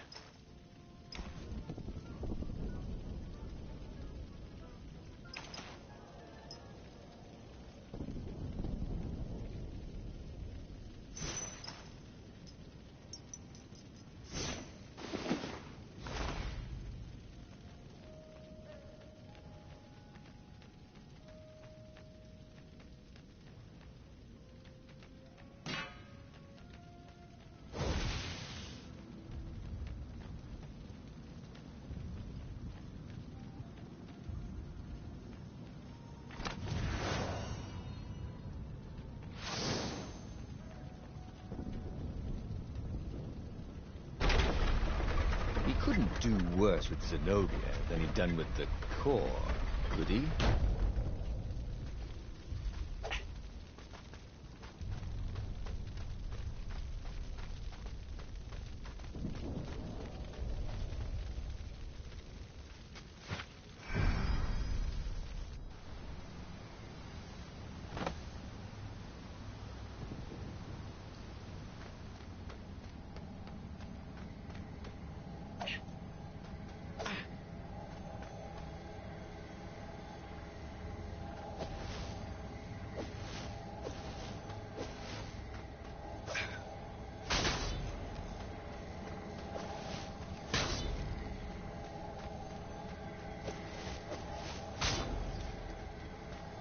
Boy, if looks could kill.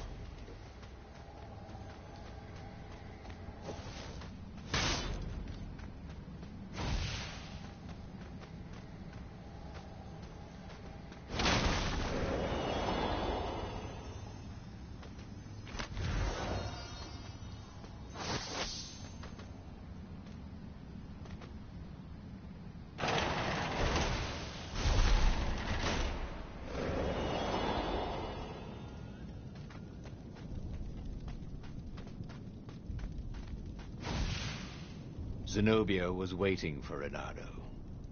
She was alone, confident as always. Fire danced at the tips of her claws. Are you here to surrender? She seemed as cocksure as he felt.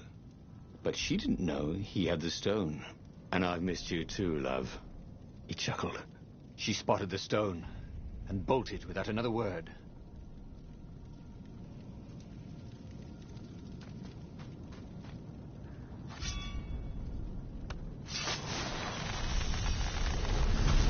Maybe I should follow my nose, thought Renato.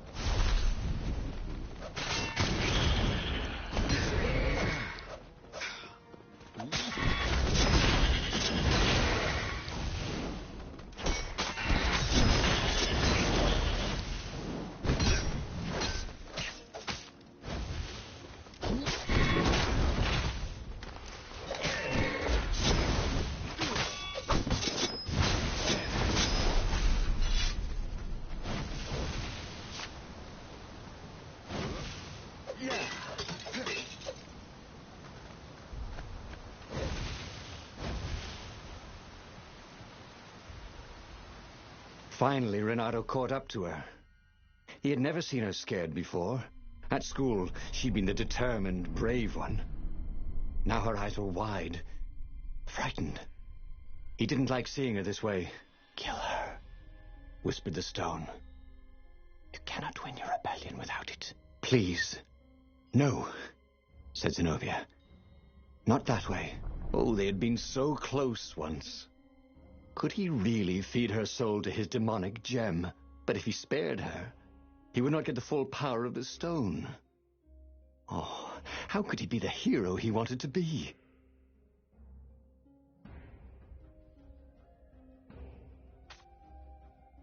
Renato hesitated. Zenobia was his greatest enemy.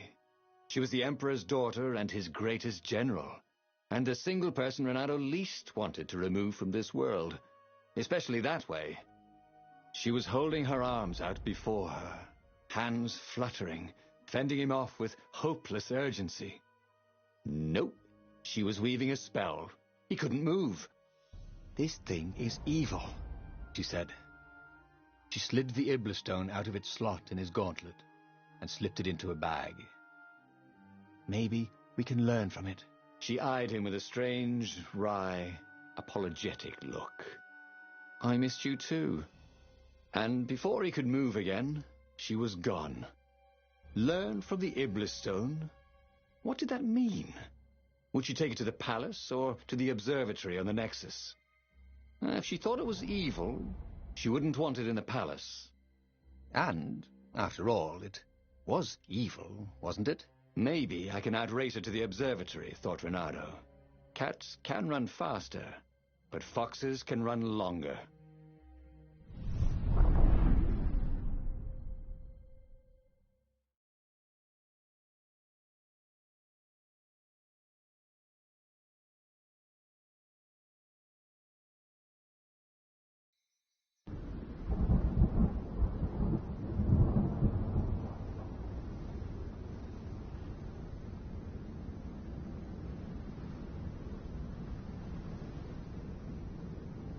Renato felt a little sick.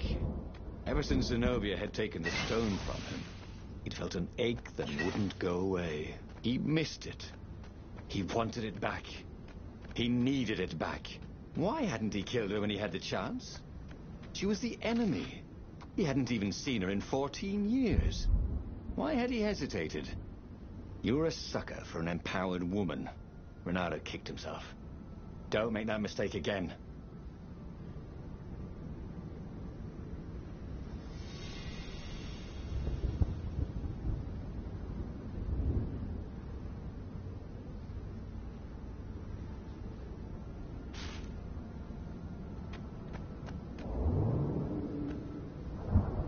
A very clever engineer named Elon Muskrat had got his start making floating platforms. Not many people knew that.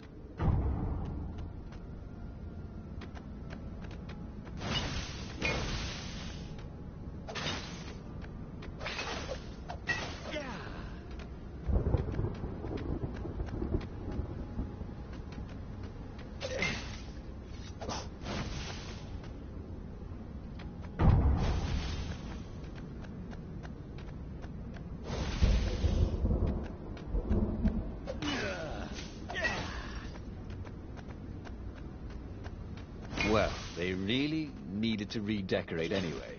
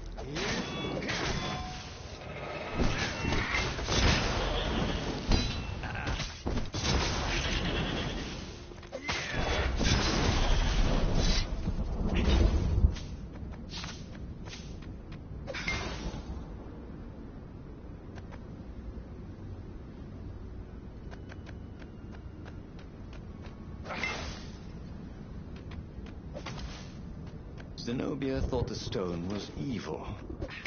Was it? Well, yes, but he still longed to have it back. He'd felt so good killing ravens with it, and yet he'd felt unclean ever since he'd touched it. She confused him. She'd made him want to be a better fox, and then she'd abandoned him, never telling him she was the Emperor's daughter, never contacting him since. Well, who was she to tell him the stone was evil?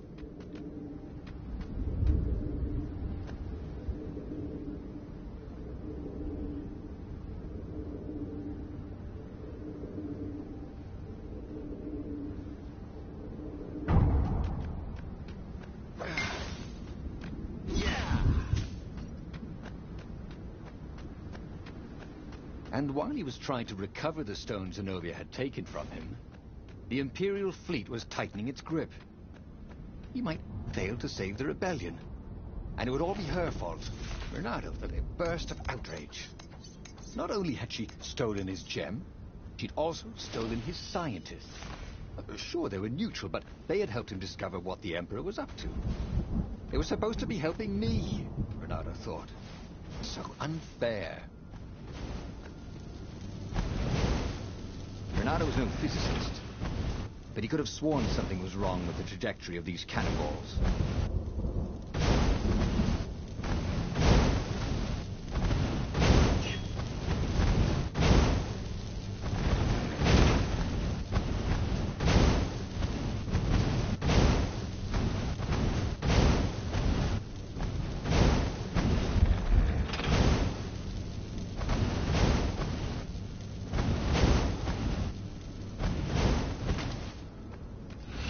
What does the fox say? Asked one raven. Another one called back, I'm dying! They both laughed hysterically.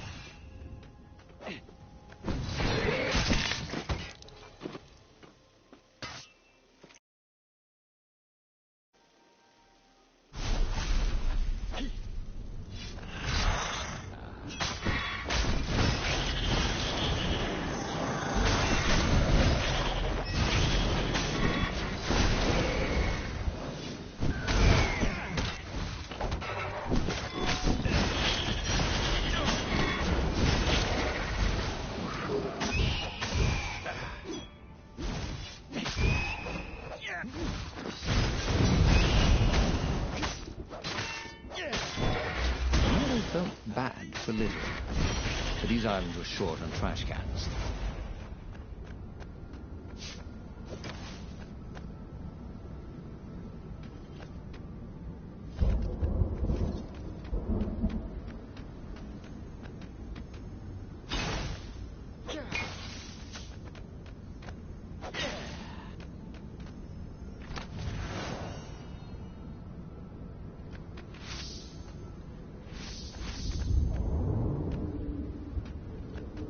This thing really needed a roof.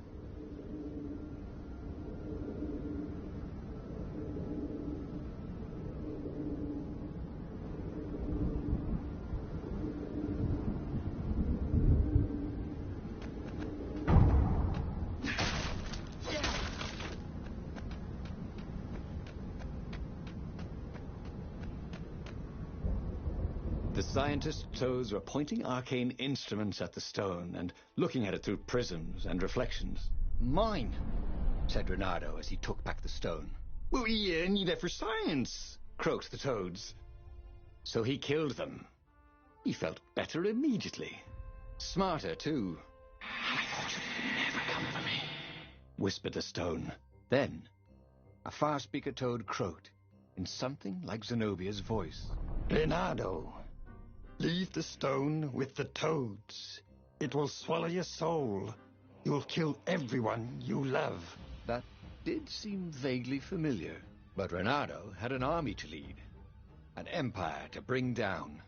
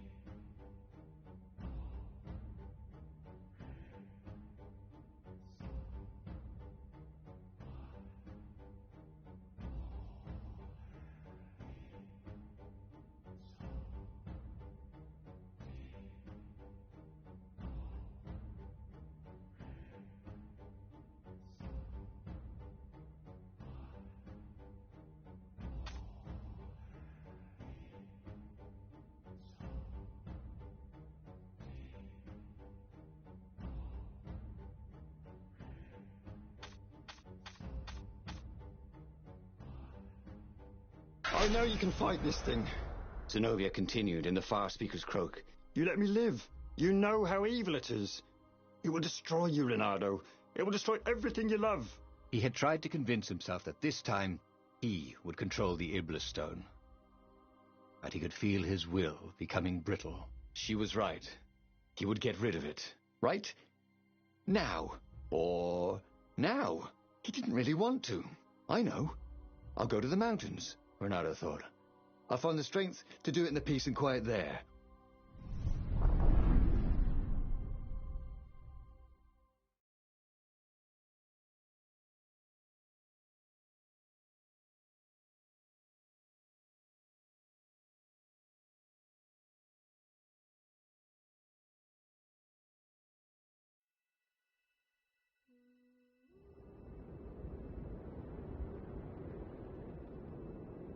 As the Farfarer landed at the foot of the mountains, Renato was surprised to find Lapino there. What are you doing here? Oh, you wouldn't believe it. I was stowed away on an Imperial courier ship, dressed up as a combat nurse carrying a general's beak transplant. This is not a great time, said Renato. That's when you need your friends, said Lapino. I just need some peace and quiet, said Renato, and grimly set out of the path.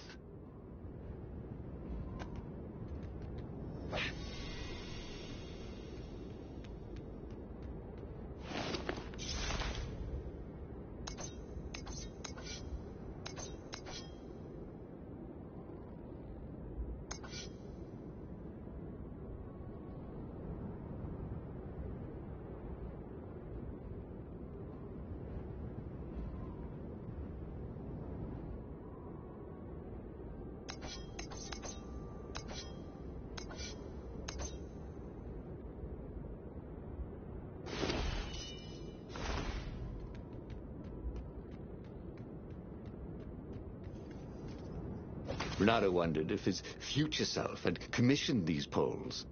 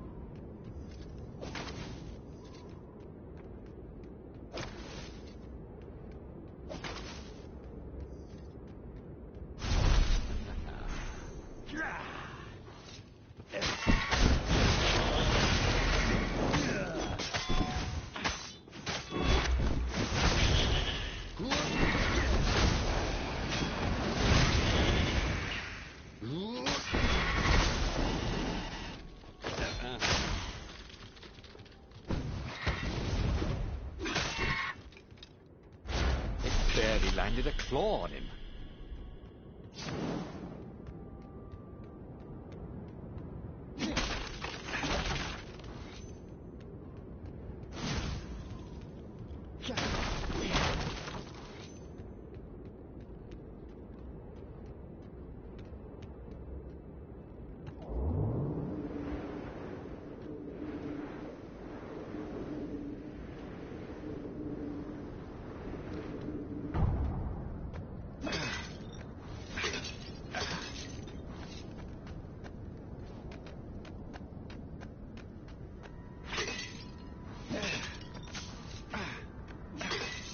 Ice walls only let you through if they knew you were cool.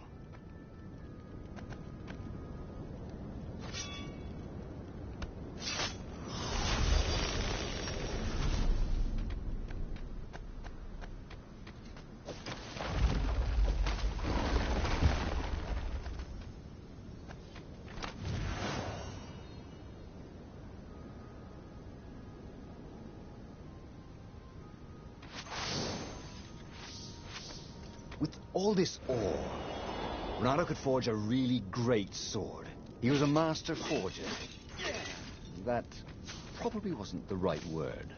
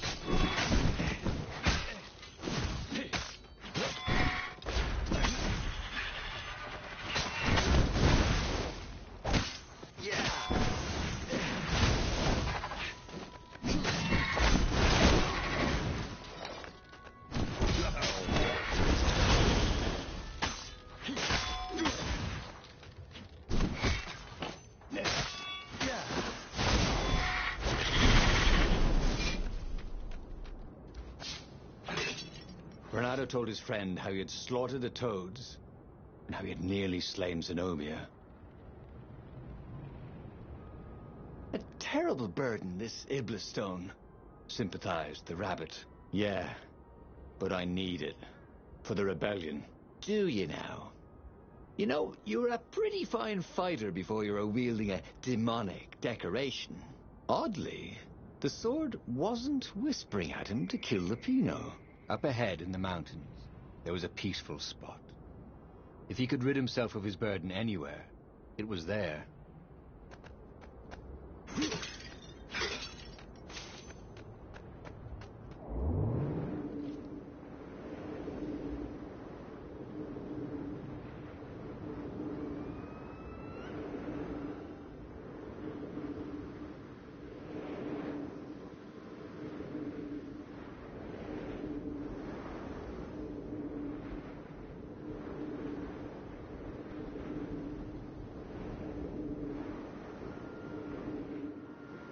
Renato's paws were getting numb. Calaveras really didn't want company, did he?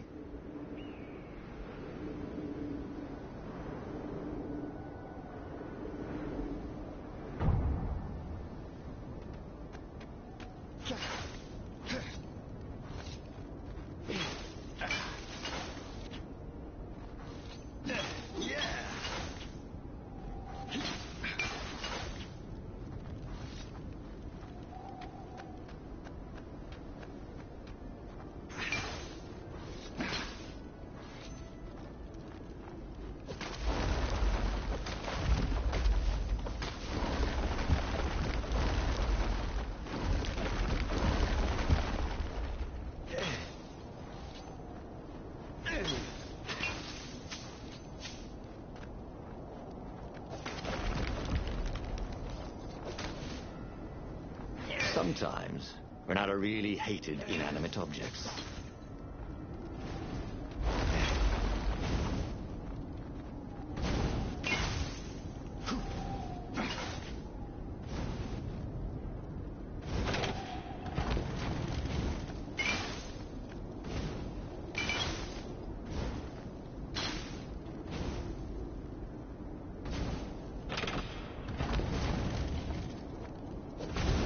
Renato thought he would make a difference, snatching the Iblis stone before the Emperor could get it. But it would destroy him. Zenobia and Lupino, they were both trying to save him. Peace. That was what he needed.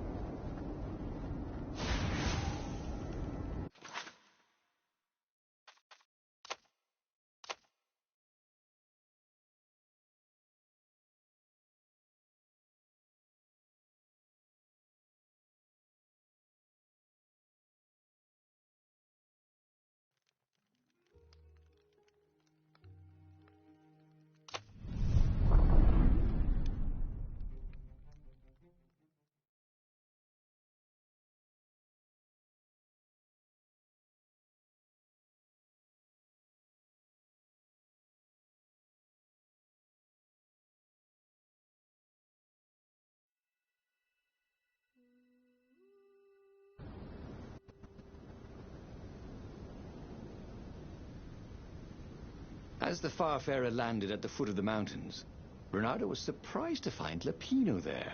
What are you doing here? Oh, you wouldn't believe it. I was stowed away on an Imperial courier ship, dressed up as a combat nurse carrying a general's beak transplant. This is not a great time, said Renato. That's when you need your friends, said Lupino. I just need some peace and quiet. said Renato, and grimly set out on the path.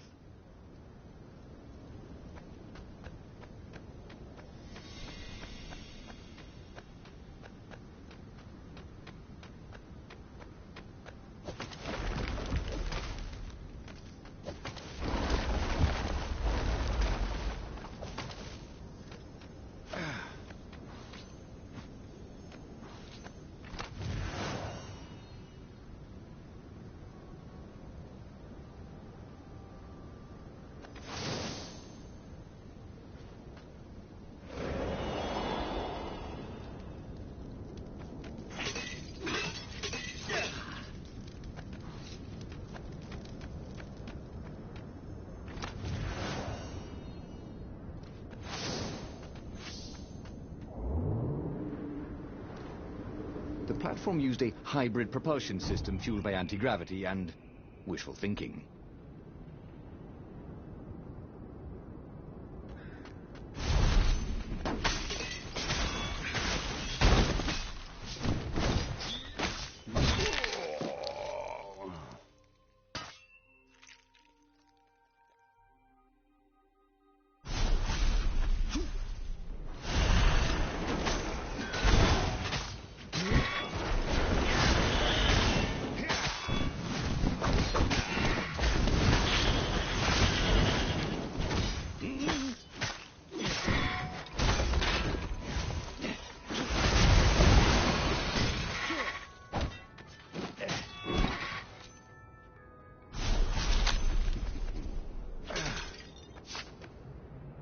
Renato told his friend how he had slaughtered the toads and how he had nearly slain Zenobia.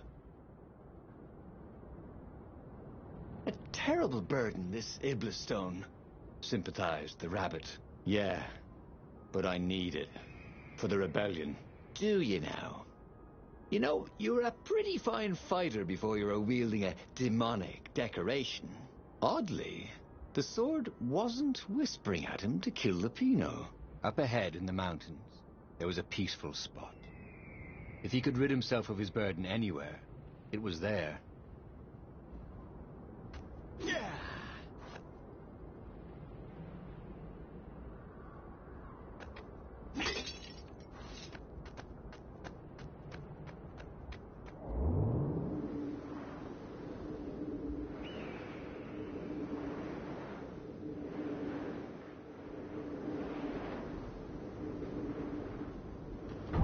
So, who's your next of kin? Just wondering.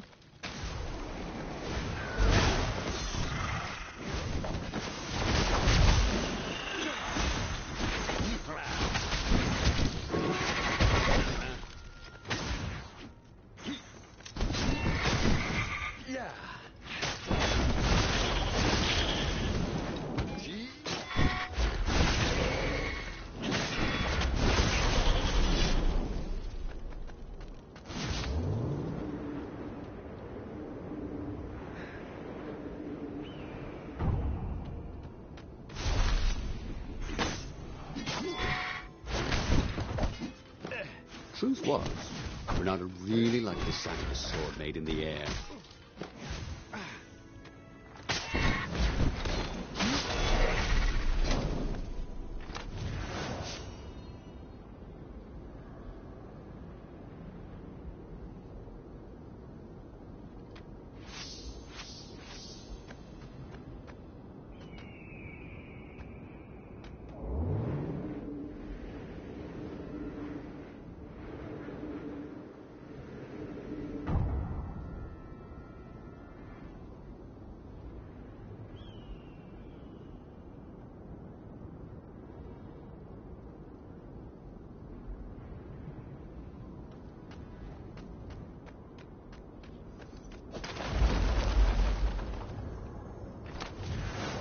Once, Renato had been to a dungeon where all the chests were locked. It was awful.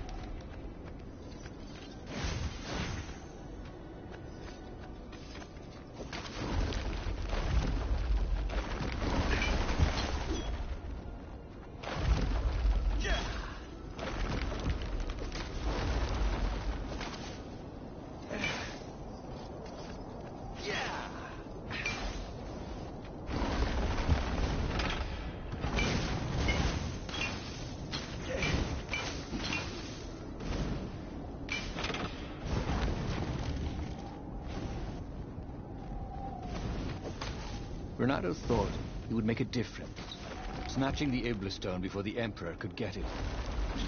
And it would destroy him. Zenobia and Lupino, they were both trying to save him. Peace. That was what he needed.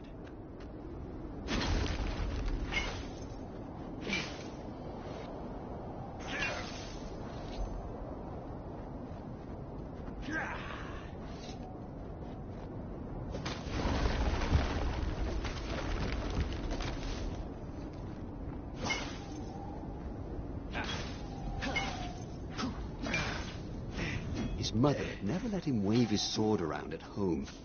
He guessed he was still compensating for that.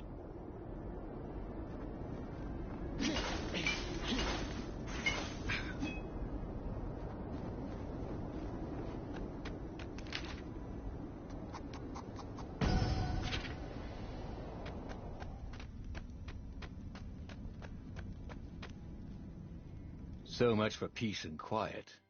There was Lupino. Again. You're stronger than some dumb rock, Lupino said.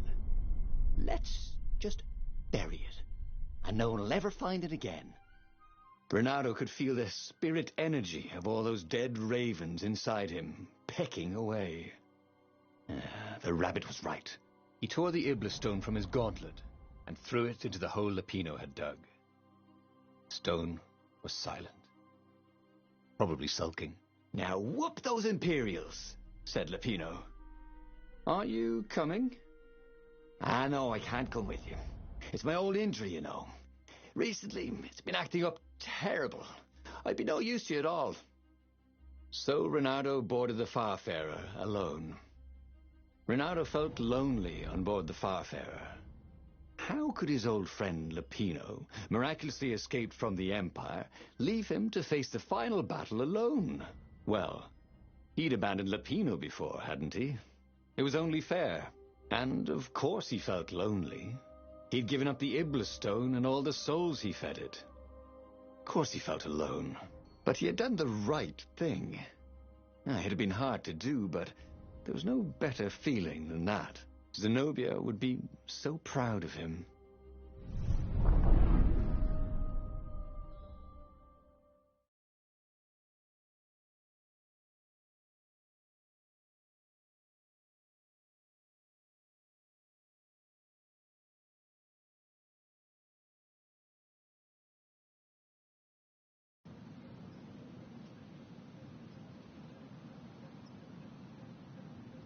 The battle, alas, was not going well.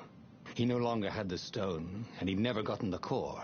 Lupino wasn't with him, and he was up against Zenobia, out there somewhere, maneuvering the Emperor's forces.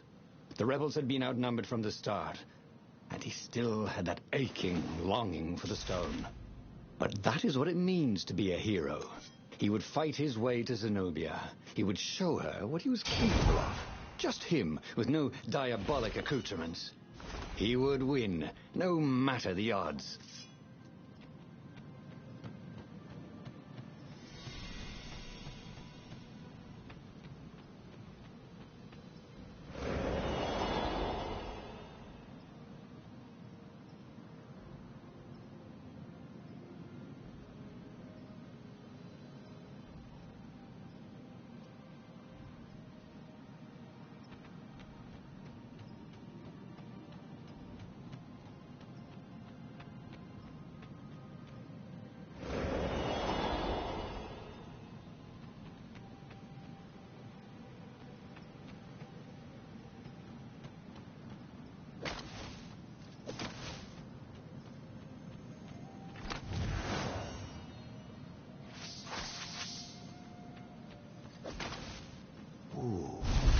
Portal that led right into the middle of the fleet.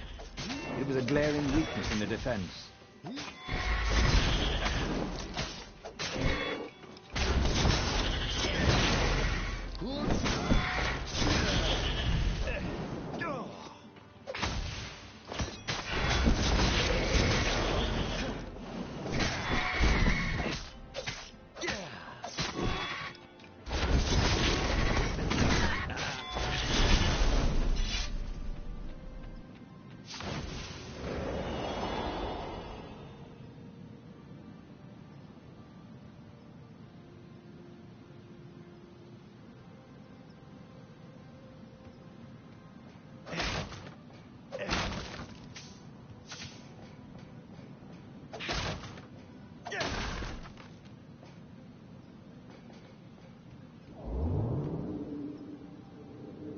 Imagine getting a horse up in one of these things. It would be cursing a blue streak.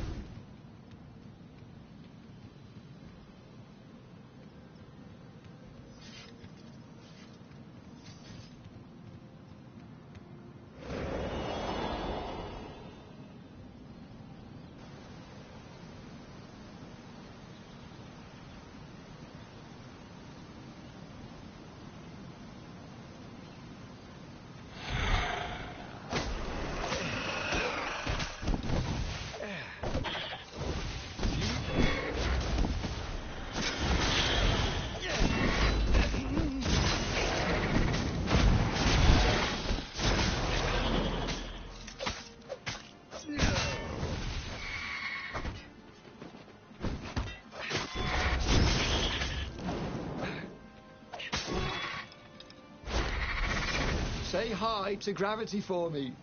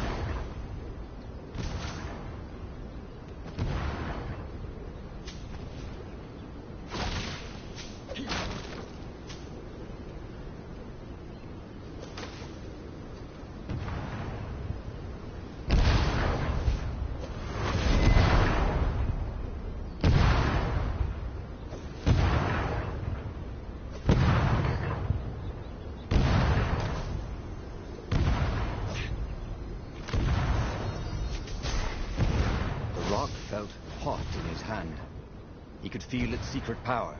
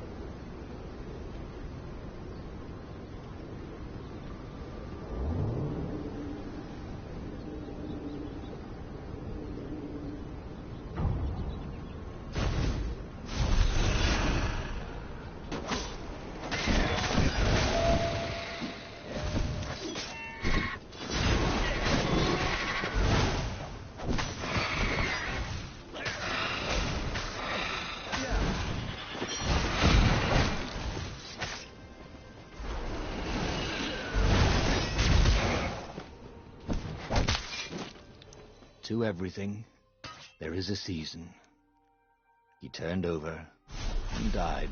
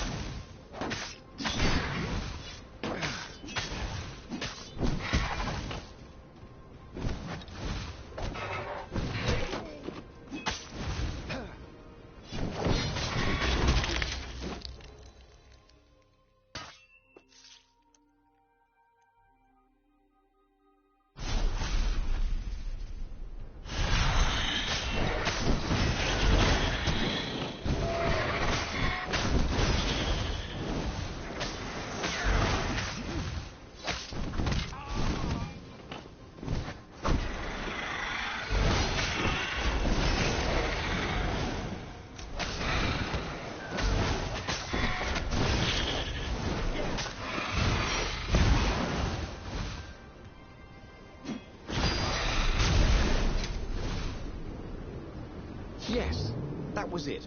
Pirouette, slash, parry, dodge. Renato had never done such good work in a fight. He wished the poets were along to sing of his exploits for his old age. Maybe he wouldn't have to kill Zenobia. Maybe he could defeat her and take her prisoner. Then he could turn the tide against the Emperor. If she wasn't Crown Princess, once this was all over, she'd have more time for him, right?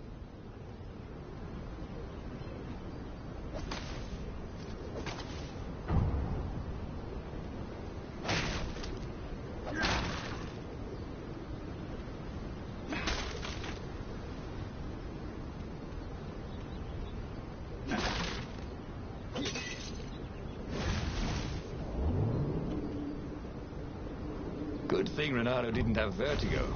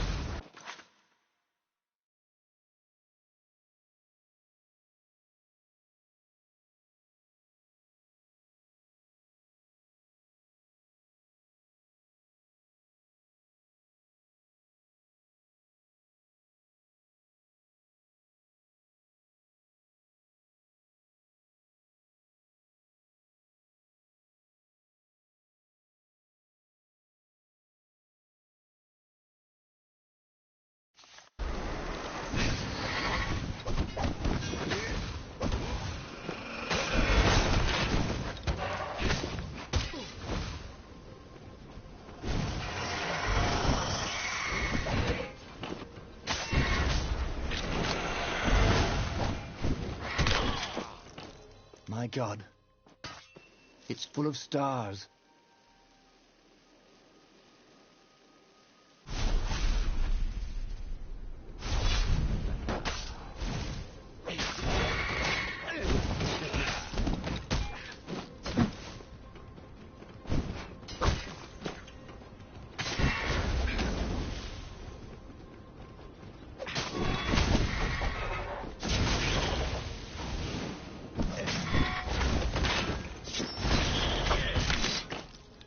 I should go, he thought.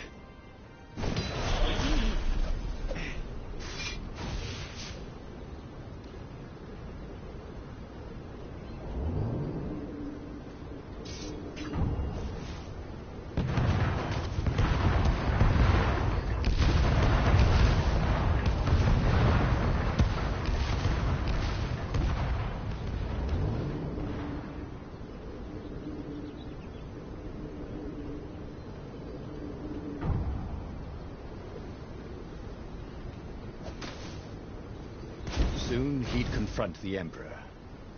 Funny that this whole war had come about because the Emperor feared death. And now it was coming for him. There was some sort of lesson there, wasn't there?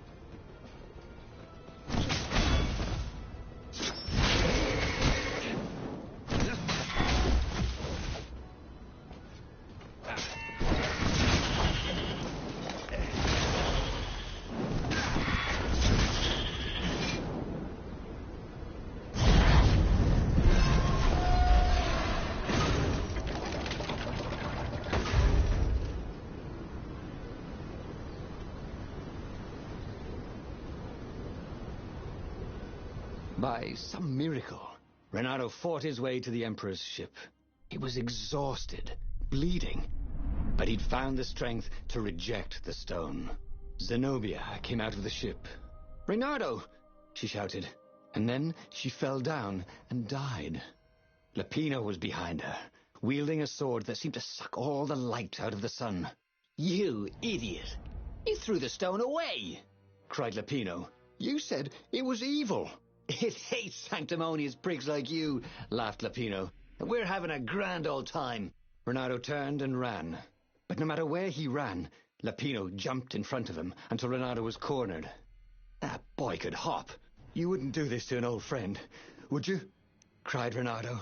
"You mean this?" said Lapino, as he slid the sword into Renato's guts. But he'd learned another true thing. Lapino was a traitor. Renato had suspected there was something wrong with the mad rabbit, but now he knew there was malice behind his goofiness. There would be a way to win. Renato could feel it. He'd have to explore choices he'd never made before he could figure it all out, though. And with that, the book's pages fluttered to the beginning once again, and he fell. The clouds parted over the Isles of Boreas. It was time to choose. The rebellion was in trouble. Ravens were scouting for the secret rebel base. They needed a game-changer. Pieces of the Sky Ripper had surfaced. Renato knew that using it could go catastrophically wrong, but he was sure he could figure out how to use it safely. Also, a temple had risen out of empty desert. The Iblis stone was hidden there. It was a dangerous artifact. It could corrupt its user into a bloodthirsty monster. Maybe he could find a way to use it, to take its power without surrendering to its wickedness. And also, his old friend Lapino needed rescuing. Of course, Renato had a pretty strong suspicion that Lapino had betrayed the rebellion. But could Renato really leave an old friend to the Ravens?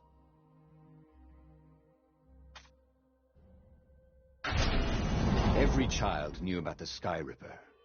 The transcendent Emperor had buried its pieces deep. And then, this Emperor's horrific sacrifices had brought it back to the surface. Renato wasn't exactly sure how to use the legendary weapon. But surely there must be some way to do it without provoking another catastrophe. Had he, somehow, summoned the long-lost components of the legendary weapon out of the deep places of the earth? It was more than Renato could fathom. But if he could find a legendary weapon, he would use it.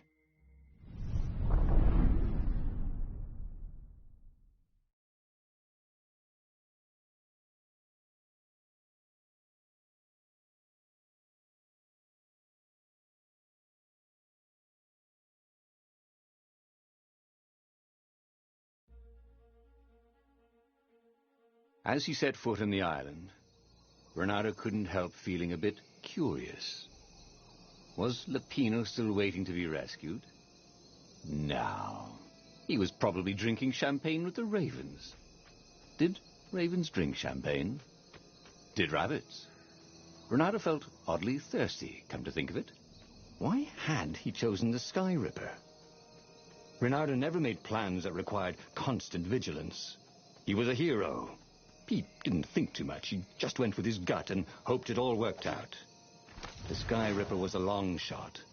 He'd have to devote himself to it. No side journeys, no rescuing old friends. That was against his nature. Could he stick with it?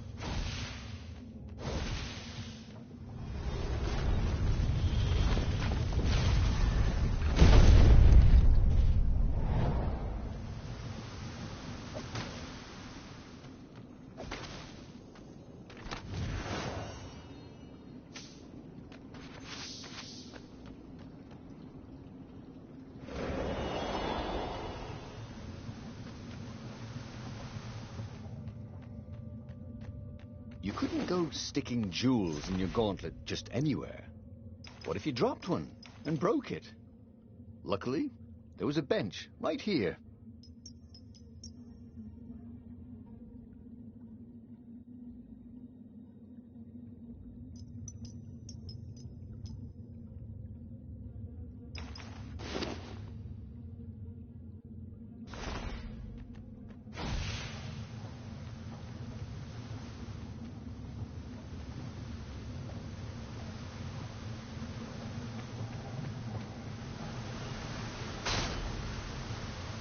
Sleep tight, thought Renato.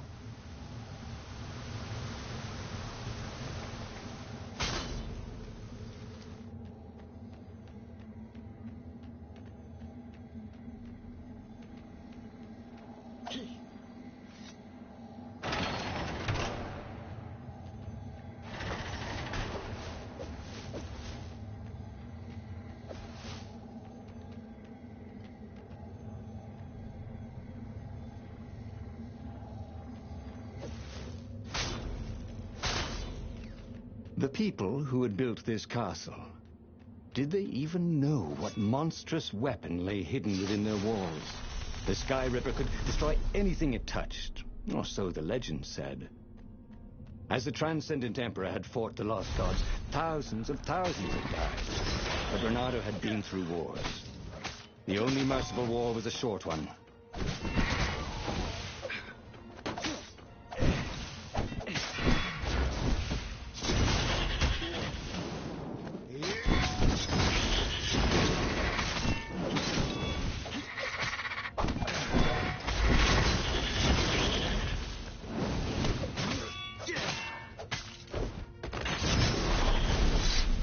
All coming back to him. That had been his mistake before, trusting his old friend Lapino, who had been through so many battles with him and shed so many heartaches, who he'd rescued so many times. What was up with that guy anyway?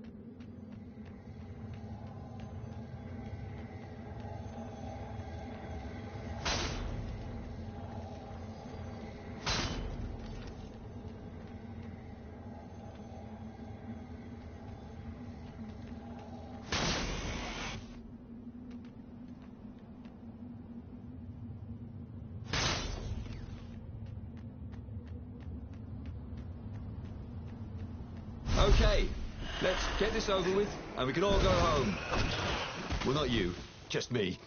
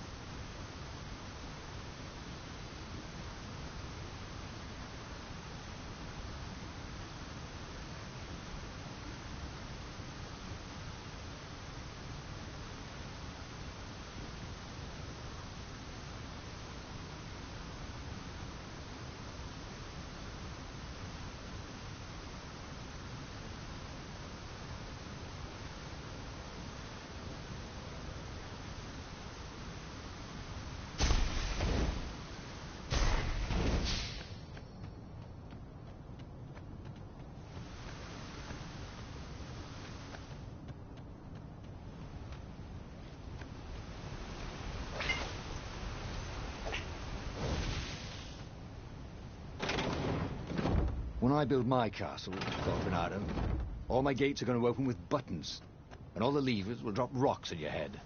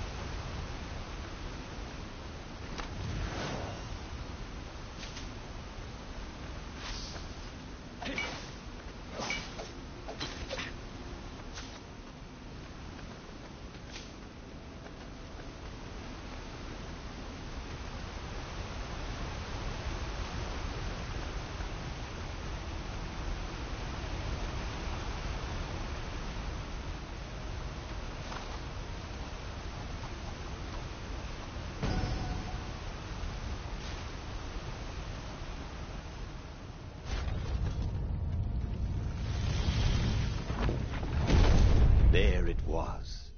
Skyripper's armature. The stuff that dreams are made of. Engineers' dreams, anyway. The device was intricate. No one alive had the skill to make a thing like it. How was it part of a weapon at all? He'd have to ask a scientist. But first, he'd get the second piece. Skyripper had a heart. A core that had come to rest on the next island. Well, there was another island he could reach.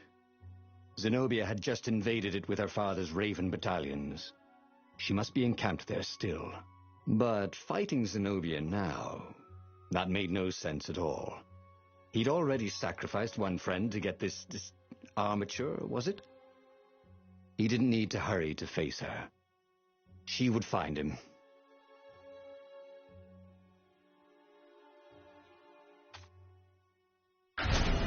It was a no-brainer. He'd sacrificed his old friend Lapino to get the armature. And the armature was useless by itself, only a series of coils and wheels. War demanded sacrifices, and he would make more before the end. He would have to choose the greatest good, no matter how much it cost him. Zenobia. Well, he would see her sooner or later, across a battlefield or a sword's point before all this was over. He was sure of that. The power was in the core. Obviously, he had to get the core.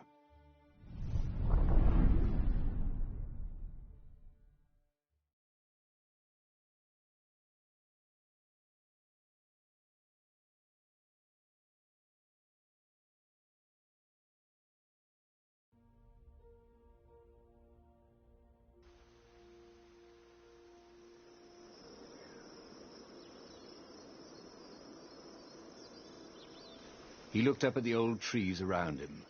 They were so big and so old. They'd been there before he was born, and they'd be there after he'd passed into legend. Was he confronting his own unimportance? What had got into him? He was no philosopher. Anyway, who cares? He was plenty important. He was a hero, and soon he'd prove it.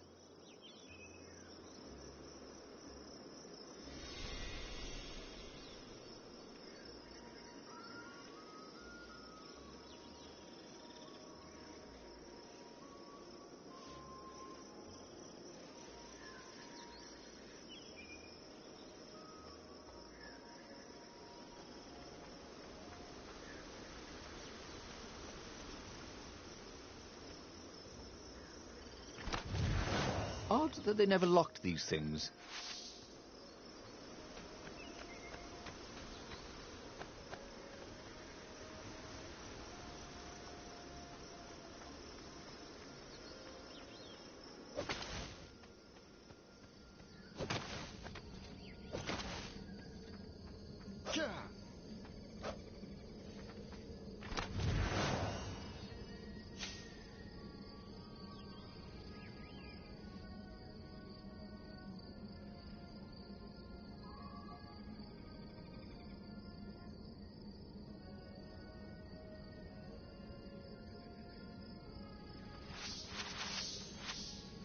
This chest was really horrible. Get it?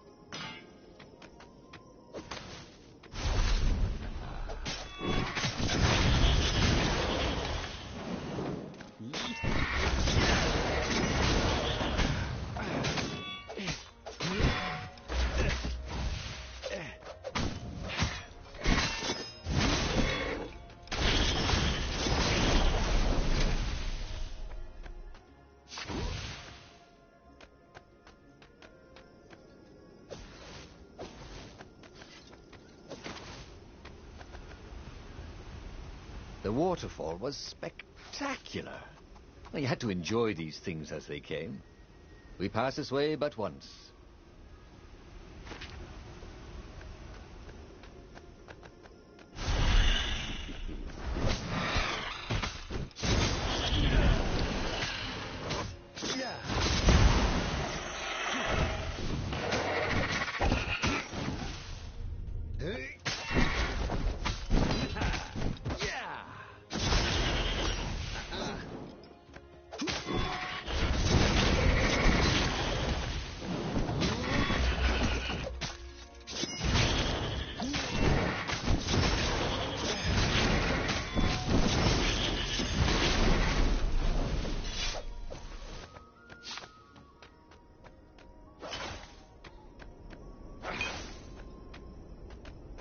There was something sour in the air.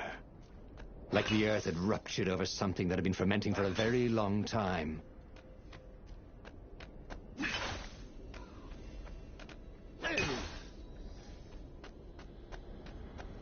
You almost never saw wild gogglers together like this. The toads had to train them not to peck each other to death.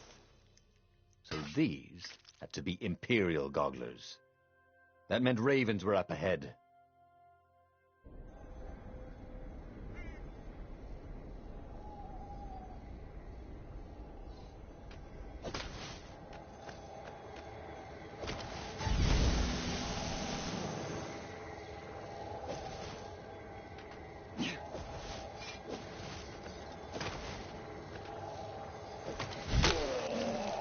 So this was what it was like to die. Not nearly as much fun as they said.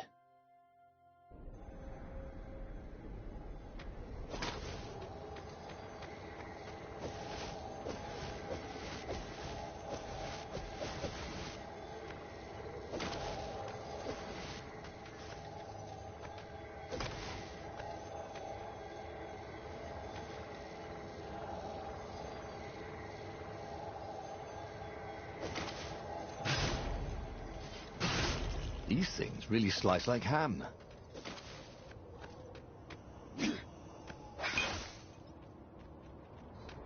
There were fewer and fewer trees. There were only these huge crystalline growths. Had those been here before? He no longer heard birds except for the feverish cawing of the ravens when they attacked. He couldn't smell the small animals of the forest, the mice and rabbits. Where had they gone? And he was getting hungry, too. This was an unhealthy place to be. A portal to an unknown destination. Yeah, I bet it's totally safe, thought Renato.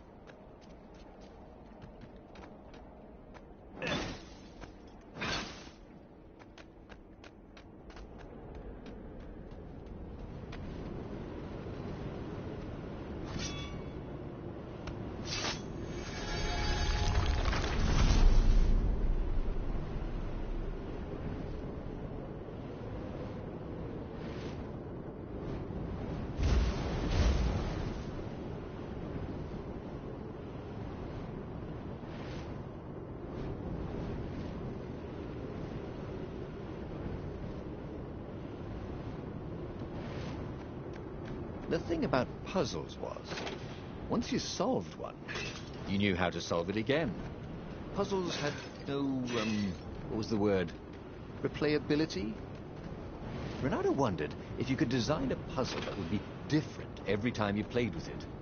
Wouldn't that be fun?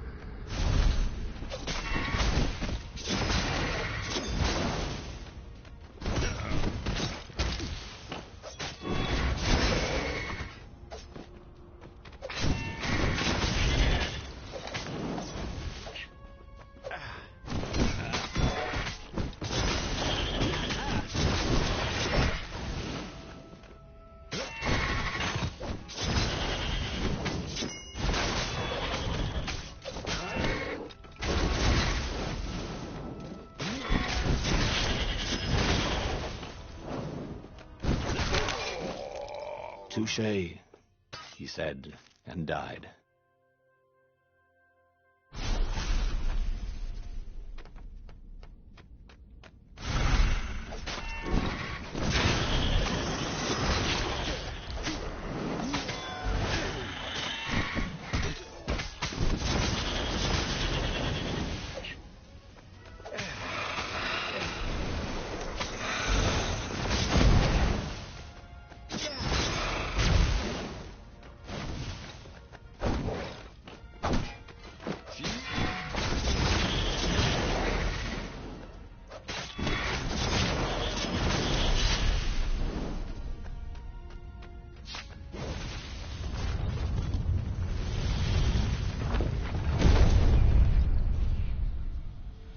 The 20-sided core made him feel physically sick.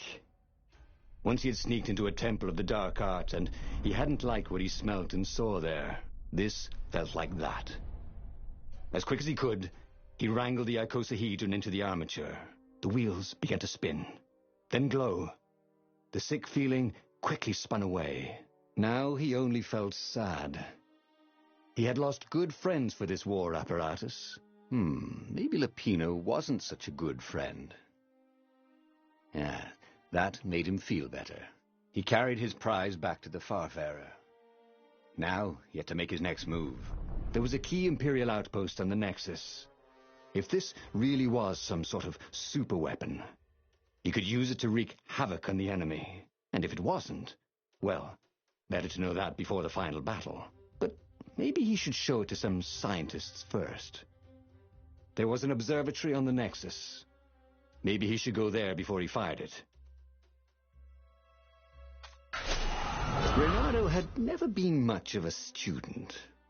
At Swordfu School, he'd never read the books, just looked at the pictures. And Zenobia. But weapons he understood. His gut told him that the Sky Ripper would work great. He would use it to take out the Imperial outpost. And what's the worst that could happen? The thing wouldn't work, and then he'd take it to the scientists, right? Renato actually could think of a few things that were worse. But he would make sure they didn't happen this time. Right?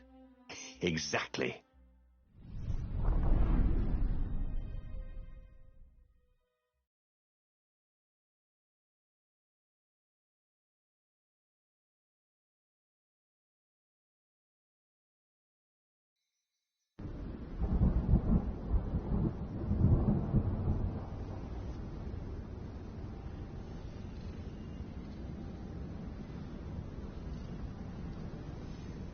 As he set out down the path, Renato wondered why the parts of the Sky River had only surfaced now, thousands of years after the Transcendent Emperor had discarded it. This Emperor, Isengrim III, had performed terrible, bloodthirsty rituals to invoke the lost gods. Perhaps that was bringing up lost artifacts. How perfect, then, that the Sky Ripper would reappear to be his destruction. And, hopefully this time, just his destruction.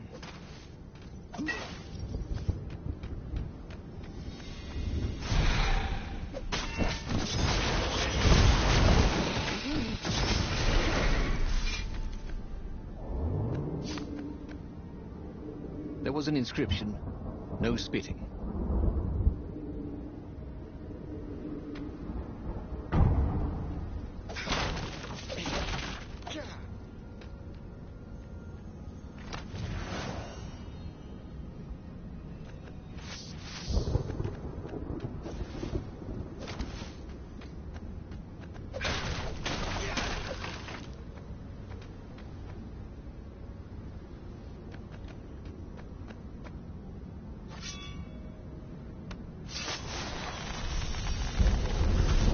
Had that door been opened before?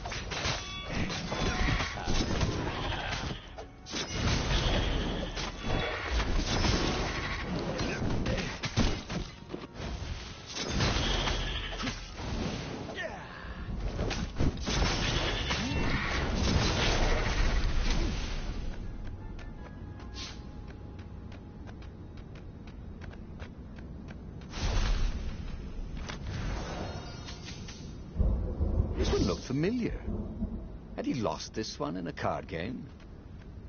Welcome back, he thought.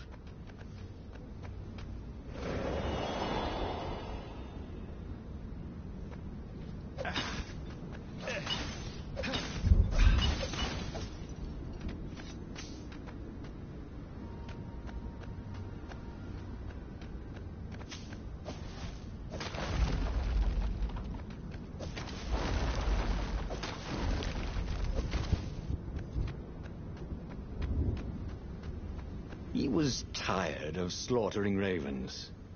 Maybe it was time to test out the new weapon. He turned a knob on the Sky Ripper. It made strange, mechanical noises. The wheels spun faster. It began to hum. The Sky Ripper was following his every step. At least it acknowledged him as the master.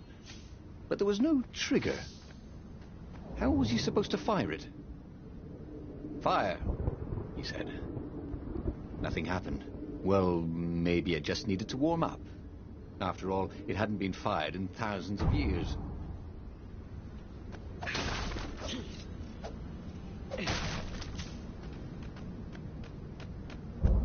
Ooh, wouldn't this gauntlet look swell with that jewel in it?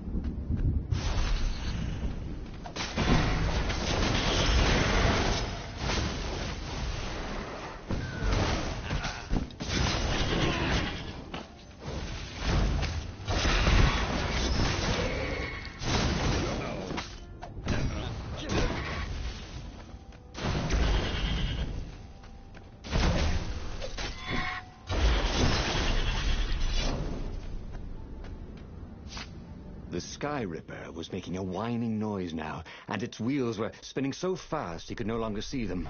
Bernardo had a thought. "Please?" he asked. The Sky Ripper began to glow. Boom! The outpost burst into flame. Ravens flapped out screaming, wings on fire. "Yeah, sure it will," cracked Renato. "Pull the other one. If you don't trust me, go see Calaveras. He'll tell you the same thing." Oh, she would say that. That sounded sensible.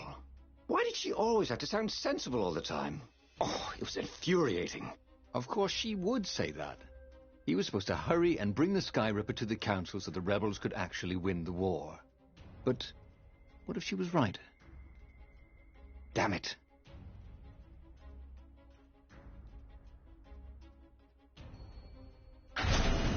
Zenobia was so frustrating. If she couldn't get you with magic, she'd get you with reason and caution and sensible arguments. Of course, Calaveras, he might not know the latest scientific theories with evidence and all, but Renato preferred the knowledge in the old books anyway.